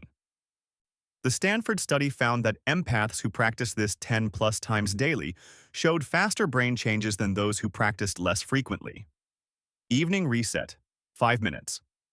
Before bed, do Dr. Orloff's release visualization. Picture any absorbed emotions flowing out of your body. This practice helps your brain consolidate the new regulatory pathways during sleep. Based on the research, week 2 to 3, you'll start noticing slightly less overwhelm in social situations. Week 6 to 8, noticeable improvement in emotional regulation and energy levels. Month 3 to 6, significant transformation in how you experience your sensitivity. But here's the critical insight. You have to keep practicing even when it feels effortful. The new neural pathways are weakest at the beginning. Many people quit during weeks 2 to 4 because it still feels hard. That's exactly when the pathways are starting to form. If you quit, they won't solidify. Dr. Brewer compared it to learning a language. The first month is frustrating because your brain hasn't built the fluency pathways yet. But if you push through, suddenly around month 2-3, it starts feeling more natural. Same with emotional regulation. Your brain is on your side. Give it the repetition it needs to rewire, and it will. We've covered a lot in the past 12 minutes. Jung, Dr. Aron, Dr. Orloff, genetics, neuroplasticity. 5 different scientific lenses, all examining the same phenomenon. And maybe right now you're feeling overwhelmed. Maybe you're thinking, okay, there's a lot of evidence here, but what does it all actually mean? What am I supposed to do with all this information? That's the right question. Because here's the trap people fall into. They collect information, they understand the research, they nod along with the findings, but they never integrate it. They never synthesize all these pieces into a coherent framework that actually guides their life. Jung warned about this. He called it psychological inflation, accumulating knowledge without transformation. Knowing about shadow work without doing shadow work. Understanding boundaries intellectually without setting them practically. Dr. Aron's research confirms this. She found that empaths who merely understood they were highly sensitive showed minimal improvement. But empaths who actively applied integration practices showed dramatic transformation. Information without integration is just sophisticated procrastination. So this section isn't about adding more data. This is about synthesis. About pulling together everything we've covered into one coherent understanding. About connecting Jung's century-old wisdom with cutting-edge brain science into a framework you can actually use. Because when you see how all these pieces fit together, when you understand the complete picture, you stop feeling confused about what to do next. The path becomes clear. Let me show you what 100 years of research across 5 different scientific fields reveals about your path forward. Here's the synthesis. Jung discovered the psychological mechanism. You have a differentiated perception system that operates through your unconscious. When left unconscious, this perception system causes suffering because you absorb without awareness, project without recognition, and merge without boundaries. His solution: make it conscious. Shadow work to clean your projections. Individuation to strengthen your sense of self. Integration to transform sensitivity from burden to gift. Dr. Aron discovered the neurological mechanism. Your brain is structurally different. Enlarged insula, hyperactive anterior cingulate, enhanced mirror neurons. These aren't problems to fix. They're operating specifications to understand. Your brain processes emotional and social information at 40% higher intensity than average. This is genetic. This is biological. This is permanent. Her solution: stop trying to become less sensitive. Instead, optimize your environment, understand your nervous system needs, and honor your biological requirements for recovery time and careful stimulation management. Dr. Jung Orloff discovered the clinical mechanism. The difference between suffering empaths and thriving empaths is the absorption versus perception distinction. Suffering empaths unconsciously absorb. Thriving empaths consciously perceive. Her solution: learn boundary techniques. Practice energetic shielding. Develop the capacity to observe emotions without taking them into your system. Build the skill of differentiated empathy, feeling with someone without becoming them. Genetic research discovered the evolutionary mechanism. High sensitivity exists in roughly 20% of every population because it serves a survival function. You're the radar system. The early warning detector, the one who notices subtle changes that others miss. This trait is preserved because groups with 20% highly sensitive members survive better than groups without them. The implication: your sensitivity isn't a personal flaw, it's an evolutionary strategy. Ancient tribes needed you. Modern organizations still do, even if they don't realize it. Neuroplasticity research discovered the transformation mechanism. Your brain can change. The pathways that create overwhelm can be weakened. The pathways that create regulation can be strengthened. But this requires consistent practice over months, not days. Integration is a process of building new neural highways between your perception centers and your regulation centers. The timeline: 8 to 12 weeks of daily practice produces measurable brain changes. 3 to 6 months produces life-changing transformation. Now here's the synthesis. The unified framework. You are neurologically wired to process reality more deeply than 80% of people. This wiring is genetic, evolutionarily advantageous, and permanent. Biology. This deep processing operates largely through your unconscious, which means without awareness, you'll absorb others' emotions and project your shadow. Psychology. Jung. The solution isn't to reduce your sensitivity. That's neurologically impossible. The solution is to develop conscious perception and emotional regulation. Clinical. Orloff. These skills aren't innate. They must be learned and practiced. But your brain has the capacity to build them through neuroplasticity. Neuroscience. Brewer. When you combine Jung's shadow work with modern regulation techniques, your brain physically changes. Less amygdala reactivity. More prefrontal control. The result: you keep your empathic gifts while eliminating the overwhelm. Integration. This is the complete picture. Biology explains why you're different. Psychology explains what happens unconsciously. Clinical research explains what works. Neuroscience explains how change happens. Together, they form a roadmap, not a vague accept yourself platitude, a specific, evidence-based pathway from empathic overwhelm to empathic mastery. So what do you actually do with this unified understanding? Here's your integration framework based on 100 years of cross-disciplinary research. Foundation: biology. Accept that you're neurologically different. Stop trying to become normal. Your anterior cingulate, insula, and mirror neurons will be hyperactive your entire life. That's not the problem. The problem was never understanding it. Awareness. Psychology. Start Jung's shadow work. Identify your projections. Notice when you're seeing your rejected traits in others. Clean your unconscious material so you can perceive more accurately. Practice. Clinical. Implement Dr. Orloff's daily practices. Morning boundary setting. Throughout the day, theirs, not mine, labeling. Evening release visualization. These aren't optional. They're the training protocol that builds new neural pathways.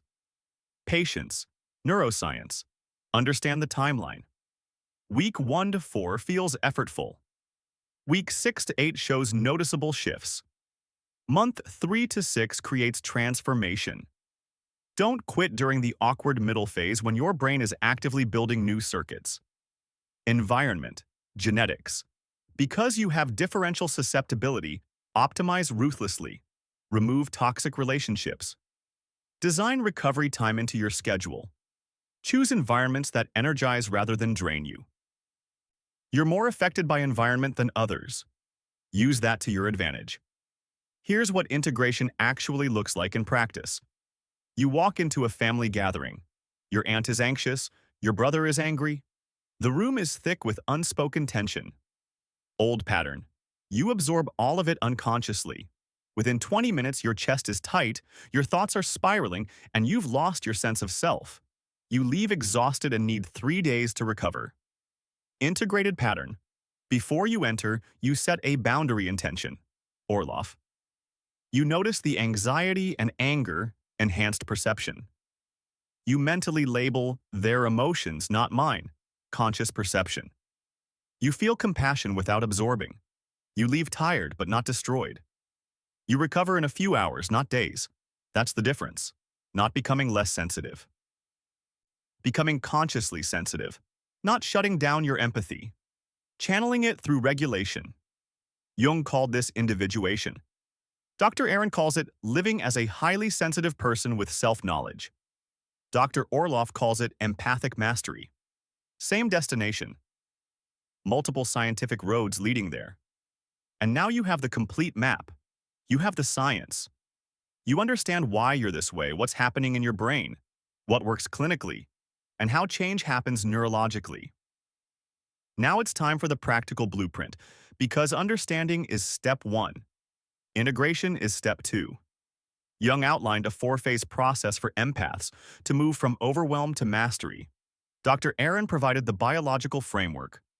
Dr. Orloff tested specific techniques in clinical practice.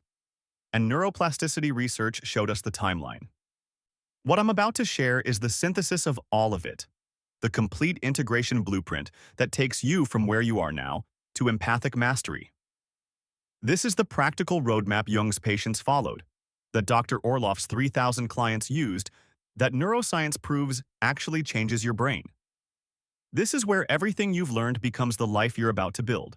Here's what 30 years of research reveals. Understanding your empathic wiring isn't enough. You can know every neuroscience study, memorize Jung's complete works, read all of Dr. Aron's research, and still wake up every morning feeling like an emotional sponge that absorbed everyone's anxiety from yesterday. Because knowing why you're different doesn't teach you how to live with that difference. It doesn't show you how to walk into a family gathering without leaving 3 hours later feeling like you've been hit by a truck. It doesn't help you set boundaries at work without the guilt spiral that keeps you awake at 2 a.m. Jung discovered this with his patients. The ones who just understood their sensitivity, they stayed stuck. They became what he called the informed sufferers, people who could brilliantly explain their pain but couldn't stop experiencing it. But the patients who learned his integration process, they transformed. They went from drowning in everyone's emotions to becoming what Jung called the conscious perceivers.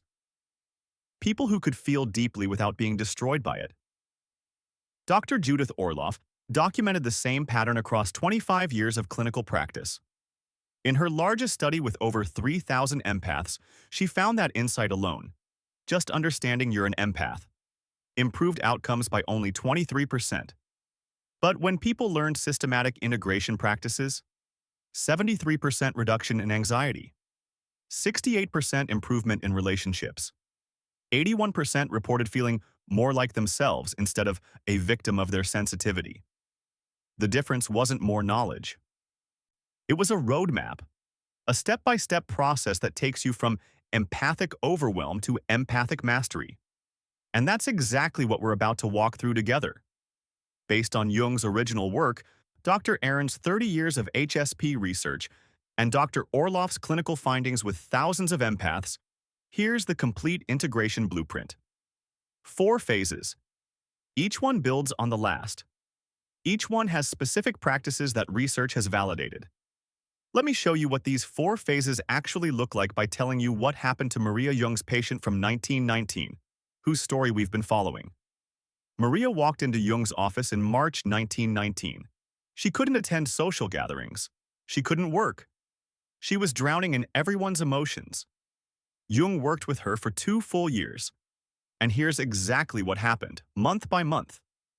Month 1 to 3, recognition. The first 3 months? Jung taught Maria one skill. Tell the difference between her anxiety and her husband's anxiety. That's it. Just recognition. Before, when Maria felt anxious, she thought, I'm an anxious person. Something's wrong with me. After 3 months with Jung, Maria could think, wait, I felt calm this morning. I've been with my husband for 20 minutes. He's stressed about his work. This anxiety I'm feeling, this is his, not mine. That distinction changed everything. She wasn't curing her anxiety. She was identifying that most of her anxiety wasn't even hers to cure. Jung's notes from month 3. Patient can now distinguish absorbed emotional states from authentic internal experience approximately 60% of the time. Significant progress. Month 4-6, regulation. Once Maria could recognize what she was absorbing, she needed tools to calm her nervous system. Jung taught her systematic settling practices, what we'd now call nervous system regulation. Before regulation training, Maria would leave a dinner party and need 3 days to recover. After 6 months, she could recover her baseline within a few hours, not days. Jung's notes from month 6. Patient reports. I can finally be around people without feeling like I'm drowning. Nervous system regulation capacity markedly improved. Month 7-9. Boundaries. This was Maria's hardest phase, because boundaries meant disappointing people. Boundaries meant saying no to her sister's constant demands. Maria had built her entire identity around being helpful, accommodating, self-sacrificing. Boundaries felt like betrayal. Month 9 was her breakthrough. Maria finally said no to her sister, something she'd never done in 34 years. The guilt was crushing. But she held the boundary anyway. Jung's notes from month 9. Patient successfully maintained boundary despite intense guilt response. Reports feeling more like myself than I've felt in years. Month 10 to 24. Integration. The final 14 months? This is where Maria's sensitivity stopped being a burden and became a gift.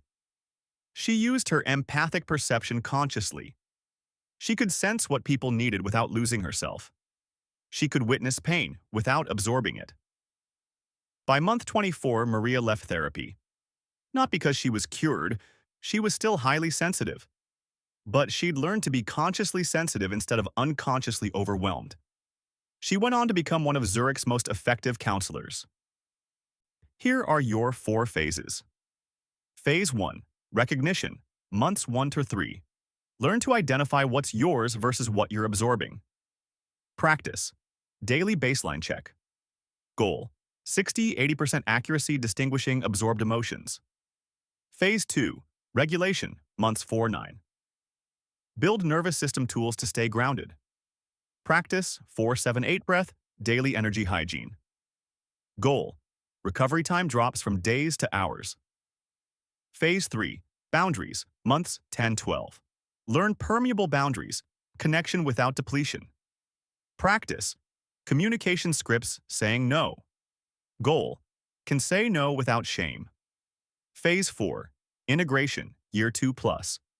Use empathic perception as conscious relationship intelligence. Practice.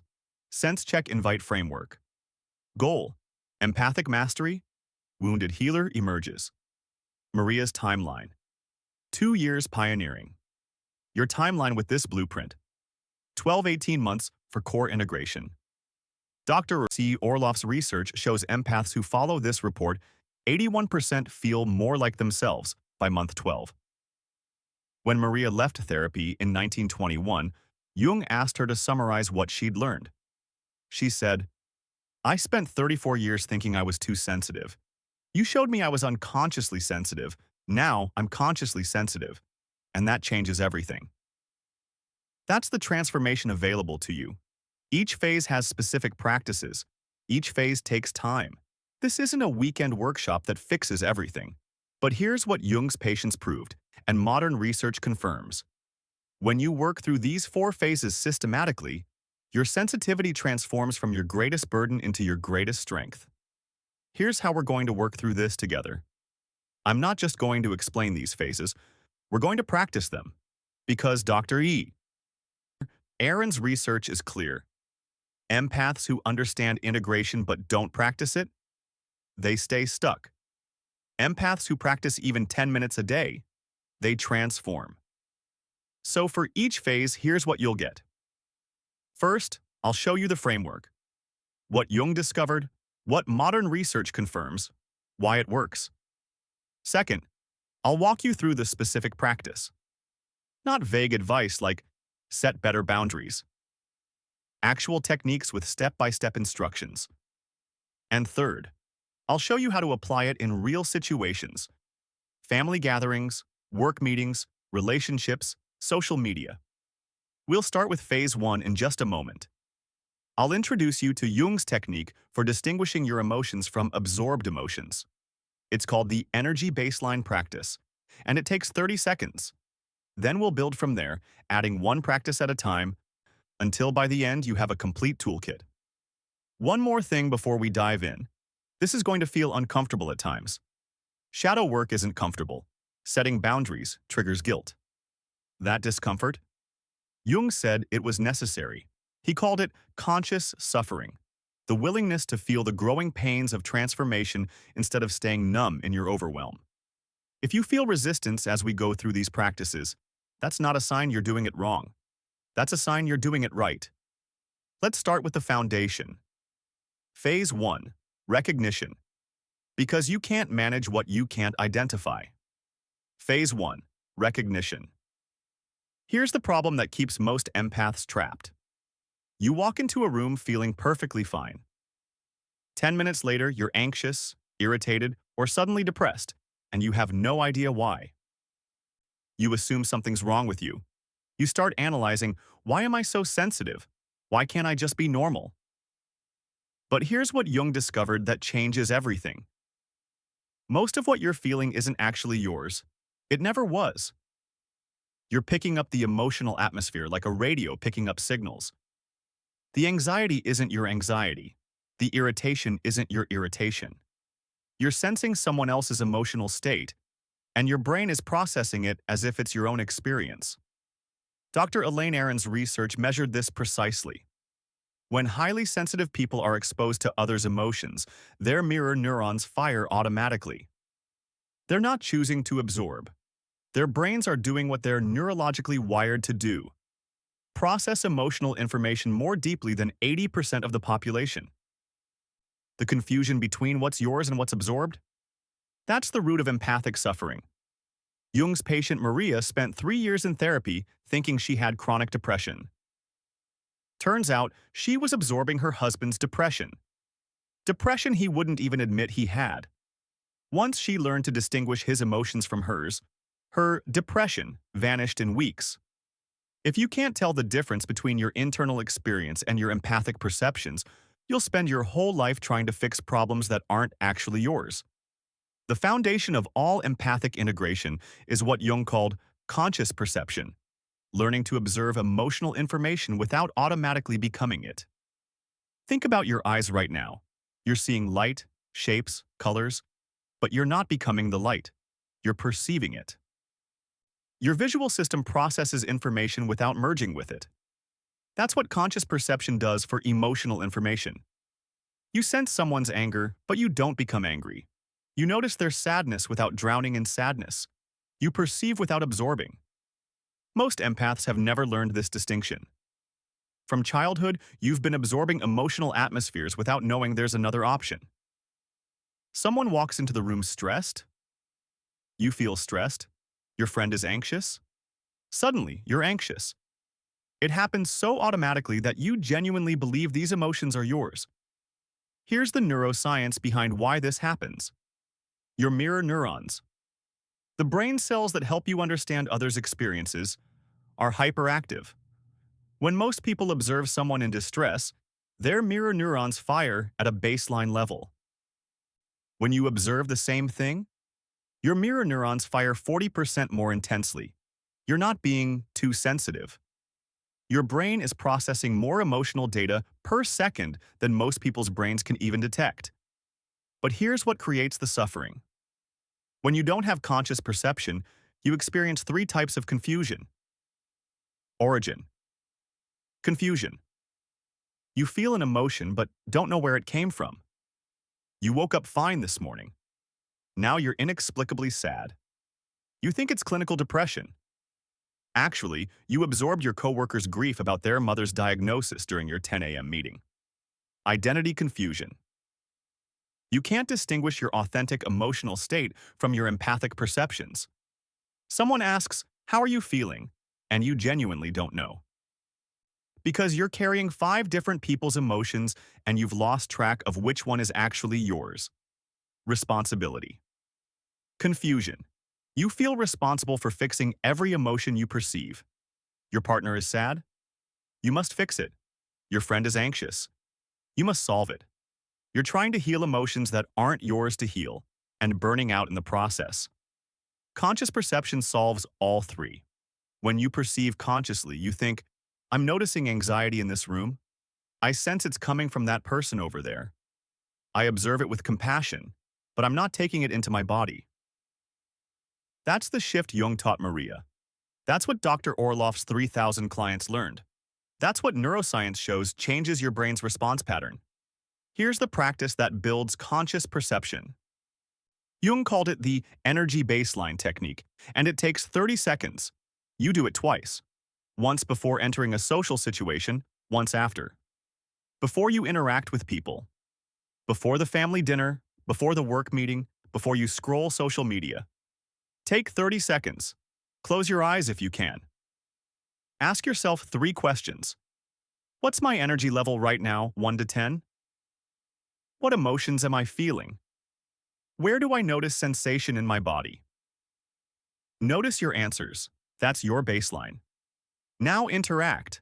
Have the conversation. Attend the meeting. Spend time with people. After 15 to 20 minutes, check in again. Ask the same 3 questions. What's your energy now? What emotions are present? What sensations are you noticing? Here's what you're looking for. Dramatic changes. If your energy dropped from 7 to 3, you absorbed something. If you went from calm to anxious, you picked up someone's anxiety. If your chest was relaxed and now it's tight, you absorbed someone's stress. The moment you notice the change, practice the differentiation statement. I'm perceiving emotion. This is not mine. I'm sensing person's emotional state. Not I'm anxious, but I'm perceiving anxiety. This belongs to them, not me. That linguistic shift, that conscious labeling, activates different neural pathways. Dr. Orloff's research shows that empaths who practice this distinction for 30 days report 54% better emotional regulation, 67% less post-social exhaustion, and 73% increased confidence in their perceptions. Practice this today. Before your next social interaction, take your baseline. After, check in again. Just notice what changed. You don't have to fix anything yet, just notice. Here's the uncomfortable truth that most empath content won't tell you. Sometimes what you think is empathic perception is actually your own shadow reflected back at you. Pay attention to the intensity of your reaction to someone. If you notice a trait, this person seems guarded, and you observe it neutrally, that's likely accurate perception. But if you have a strong emotional charge, this person is so fake, I can't stand them. That intensity is the clue. The stronger your judgment, the more likely you're seeing your own shadow reflected. Jung explained it this way. When something belongs to someone else's psychology, you can observe it with curiosity. But when it triggers your shadow, you feel revulsion, contempt, or obsessive focus. You can't let it go. Here's Jung's shadow audit practice for empaths. Spatias. You'll need your journal or notes app. This takes 7 minutes. Think of one person who consistently irritates you, not someone who's harmed you. That's different. Someone whose personality or behavior just triggers you. Write their name. What specifically bothers you about them? Get specific. Are they attention-seeking, self-absorbed, overly emotional, fake, aggressive, too sensitive? Write down 2 to 3 specific traits. Here's where it gets real. Jung's question, do I have this trait, even in a small way? Your ego will immediately say no. That resistance? That's your shadow protecting itself. Sit with the question longer. Do you have this trait, even 10%, even in a different form? Example. You judge someone for being attention-seeking. You would never post selfies or talk about your accomplishments. But do you fish for validation in subtler ways? Do you secretly hope people will notice your sacrifices? Different behavior, same need for attention. If you do have this trait, even a little, how might having it actually serve you? Jung believed every shadow quality has a gift embedded in it. Do this practice weekly. Pick a different person, different judgment each time. Over 6 to 8 weeks, you'll notice something shift. The judgments decrease. The toxic people everywhere seem to disappear. You're seeing the same people with cleaner perception. The next time you're around someone who's stressed, anxious, or angry, try this. Before you engage, take 3 conscious breaths and mentally state, I'm noticing this emotion. It belongs to them, not me. After any intense social interaction, spend 60 seconds asking yourself, what am I feeling right now that's actually mine? What did I absorb that belongs to someone else? Once you identify absorbed emotions, visualize them as a color or shape. Acknowledge them.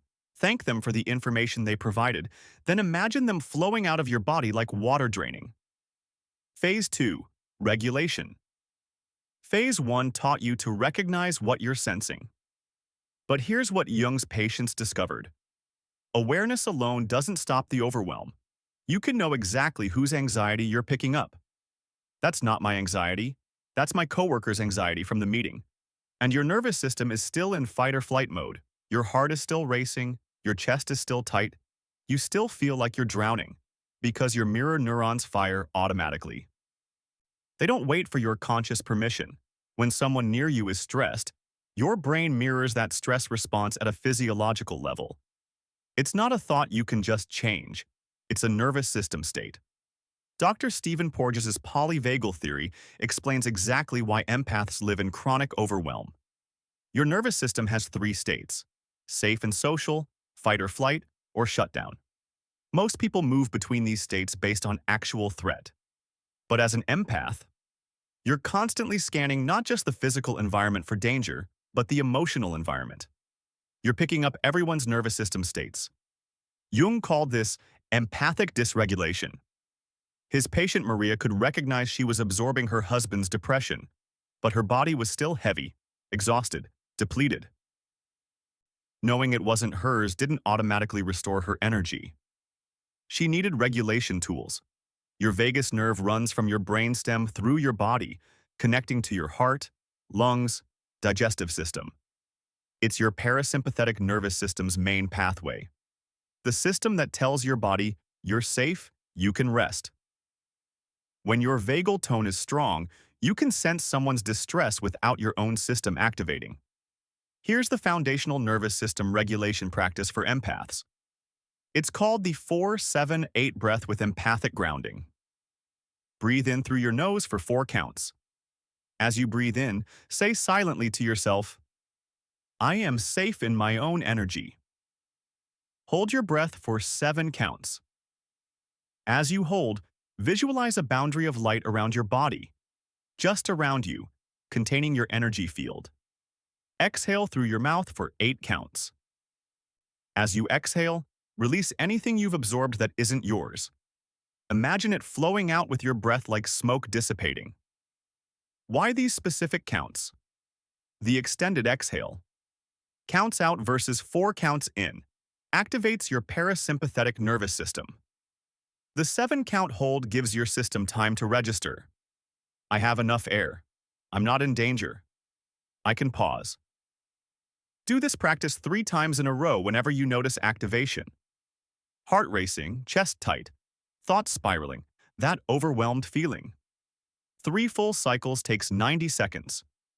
Dr. Judith Orloff's clinical research found that empaths who practice this technique twice daily, once in morning, once before bed, even when they're not activated, increase their baseline vagal tone within 3 weeks. Now let's talk about daily energy management. Because even with a calm nervous system, you're still processing massive amounts of emotional data. Think about physical hygiene.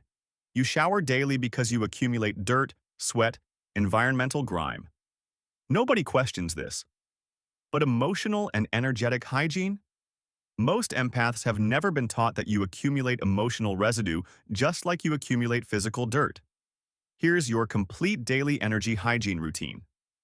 3 practices, 5 to 10 minutes total. Morning practice, 2 minutes. Before you look at your phone, before you interact with anyone, do your protective visualization. Sit on the edge of your bed. Close your eyes. Take 3 deep breaths. Visualize your boundary. Whatever imagery works for you. Light, shield, bubble.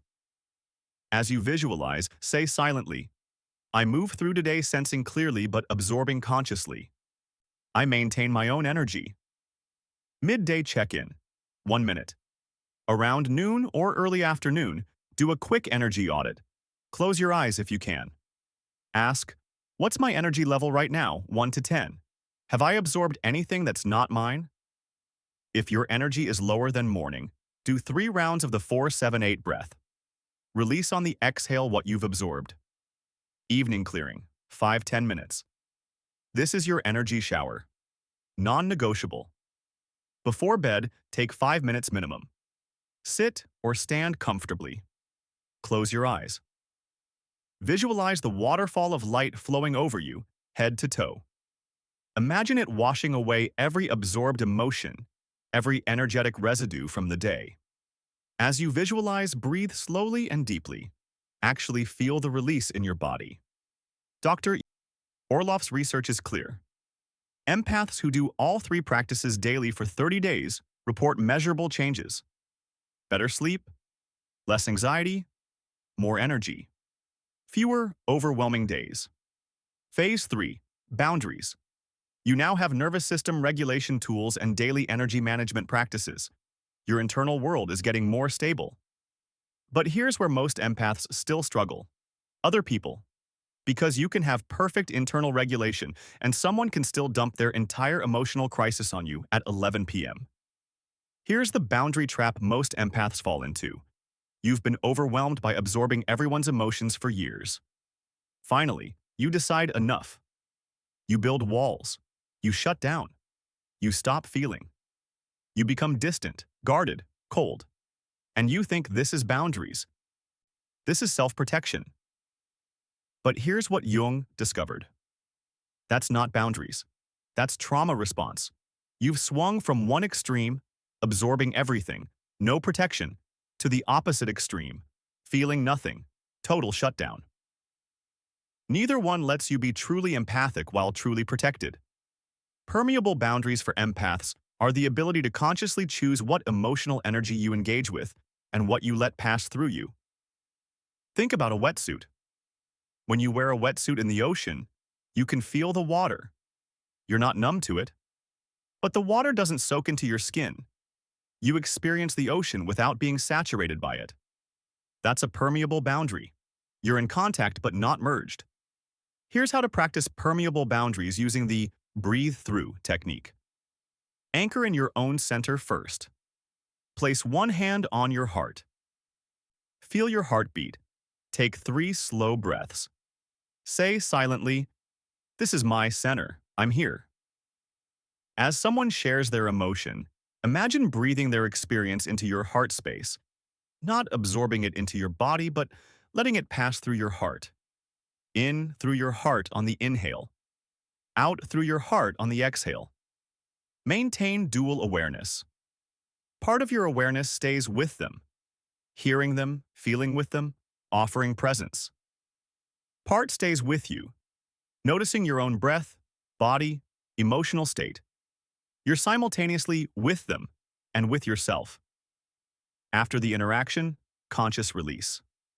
Place both hands on your heart. Take 3 deep breaths.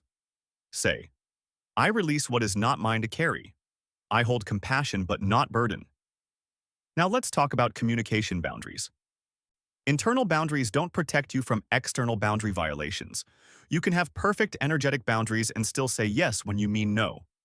Communication boundaries are specific, kind statements that protect your energy while maintaining connection. Here are the 4 types empaths need most. Time and availability boundaries. Clear language. I'm not available then, but I care about you. Is there another time that works? No apology. No over-explanation.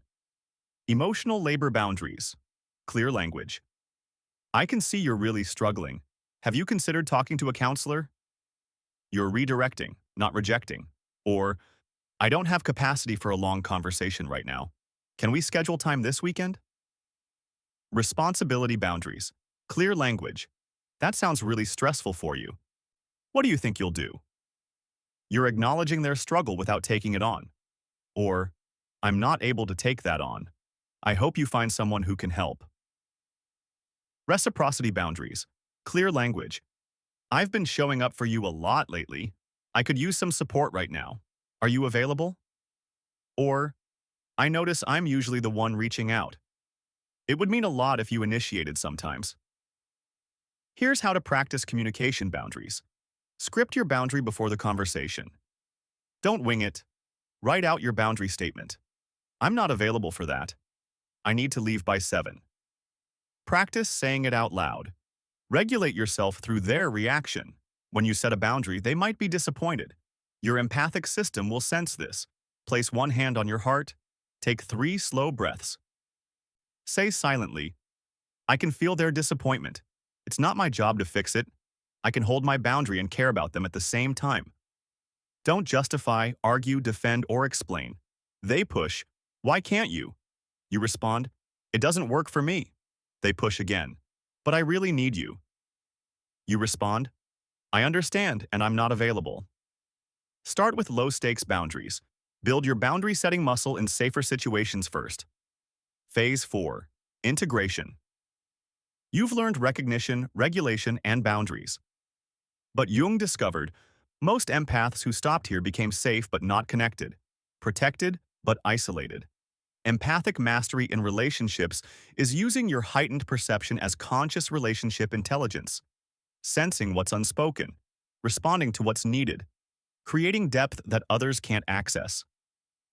In romantic partnerships, most couples argue about surface content. You didn't take out the trash. But an integrated empath senses the deeper need. I feel unseen and unvalued. So instead of defending, you respond to the real communication. I hear that you're feeling unseen. Tell me more about that. In friendships, your friend says, I'm fine, just busy. An integrated empath senses, they're not fine. But instead of absorbing their distress, you offer, I'm sensing you might not actually be fine. I'm here if you want to talk. In professional settings, the client says, this proposal looks good. But you sense hesitation. You check. I appreciate that. I'm also sensing maybe some hesitation. Is there anything you'd like to talk through? Here's how to practice conscious empathy using the sense-check-invite framework. Sense the deeper layer. Split your attention. Part listens to their words. Part notices your empathic perception, what you're sensing beneath. Place 1 hand on your heart to stay grounded. Check your perception. Form it as a question, not a statement. Don't say, you're actually upset about X. Instead, I'm sensing maybe this is about more than just surface topic. Does that feel true? Invite deeper sharing, don't demand it. If they say, yeah, actually there is something else, offer presence. I'm here to listen. If they say, no, I'm really fine, believe them. Okay, I'm here if that changes. Practice this in one relationship this week. Jung found patients who practiced this reported profound shifts within 6 weeks. You've learned empathic mastery in relationships, but most empaths struggle. How do I use this in my work? My career?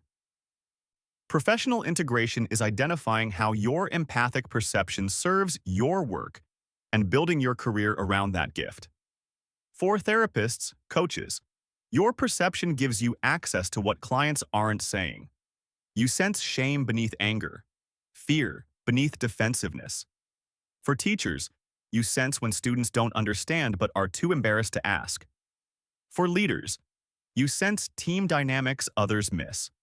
For creatives, your sensitivity gives access to emotional truth that creates resonance. Your art becomes a mirror showing people themselves. Here's how to start integrating empathic intelligence professionally. Identify your empathic strength and field application. Journal 10 minutes. Am I primarily emotional, cognitive, physical, or intuitive empath? How does my strength apply to my work? Practice one conscious empathic intervention this week. When you sense something beneath words, check perception. I'm picking up that maybe there's something else here. Am I sensing that right? Notice what happens. Set professional empathic boundaries. End-of-day clearing ritual. Before leaving work, take 5 minutes. Do energy shower visualization. Release anything absorbed during workday. You've just spent the last few minutes learning what took Jung decades to discover, what Dr. Aron 30 years to prove, and what Dr. Orloff thousands of clinical hours to validate. Let me recap the journey we've taken together. You learned why you're wired this way. Not broken, not defective, neurologically different. Your anterior cingulate fires 40% more intensely.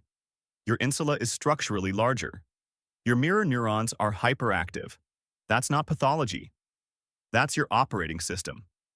15 to 20% of humans share this trait. It's ancient biology. Evolutionary advantage. You learned what happens unconsciously. Jung's discovery. You have differentiated perception. You detect psychological truth others miss.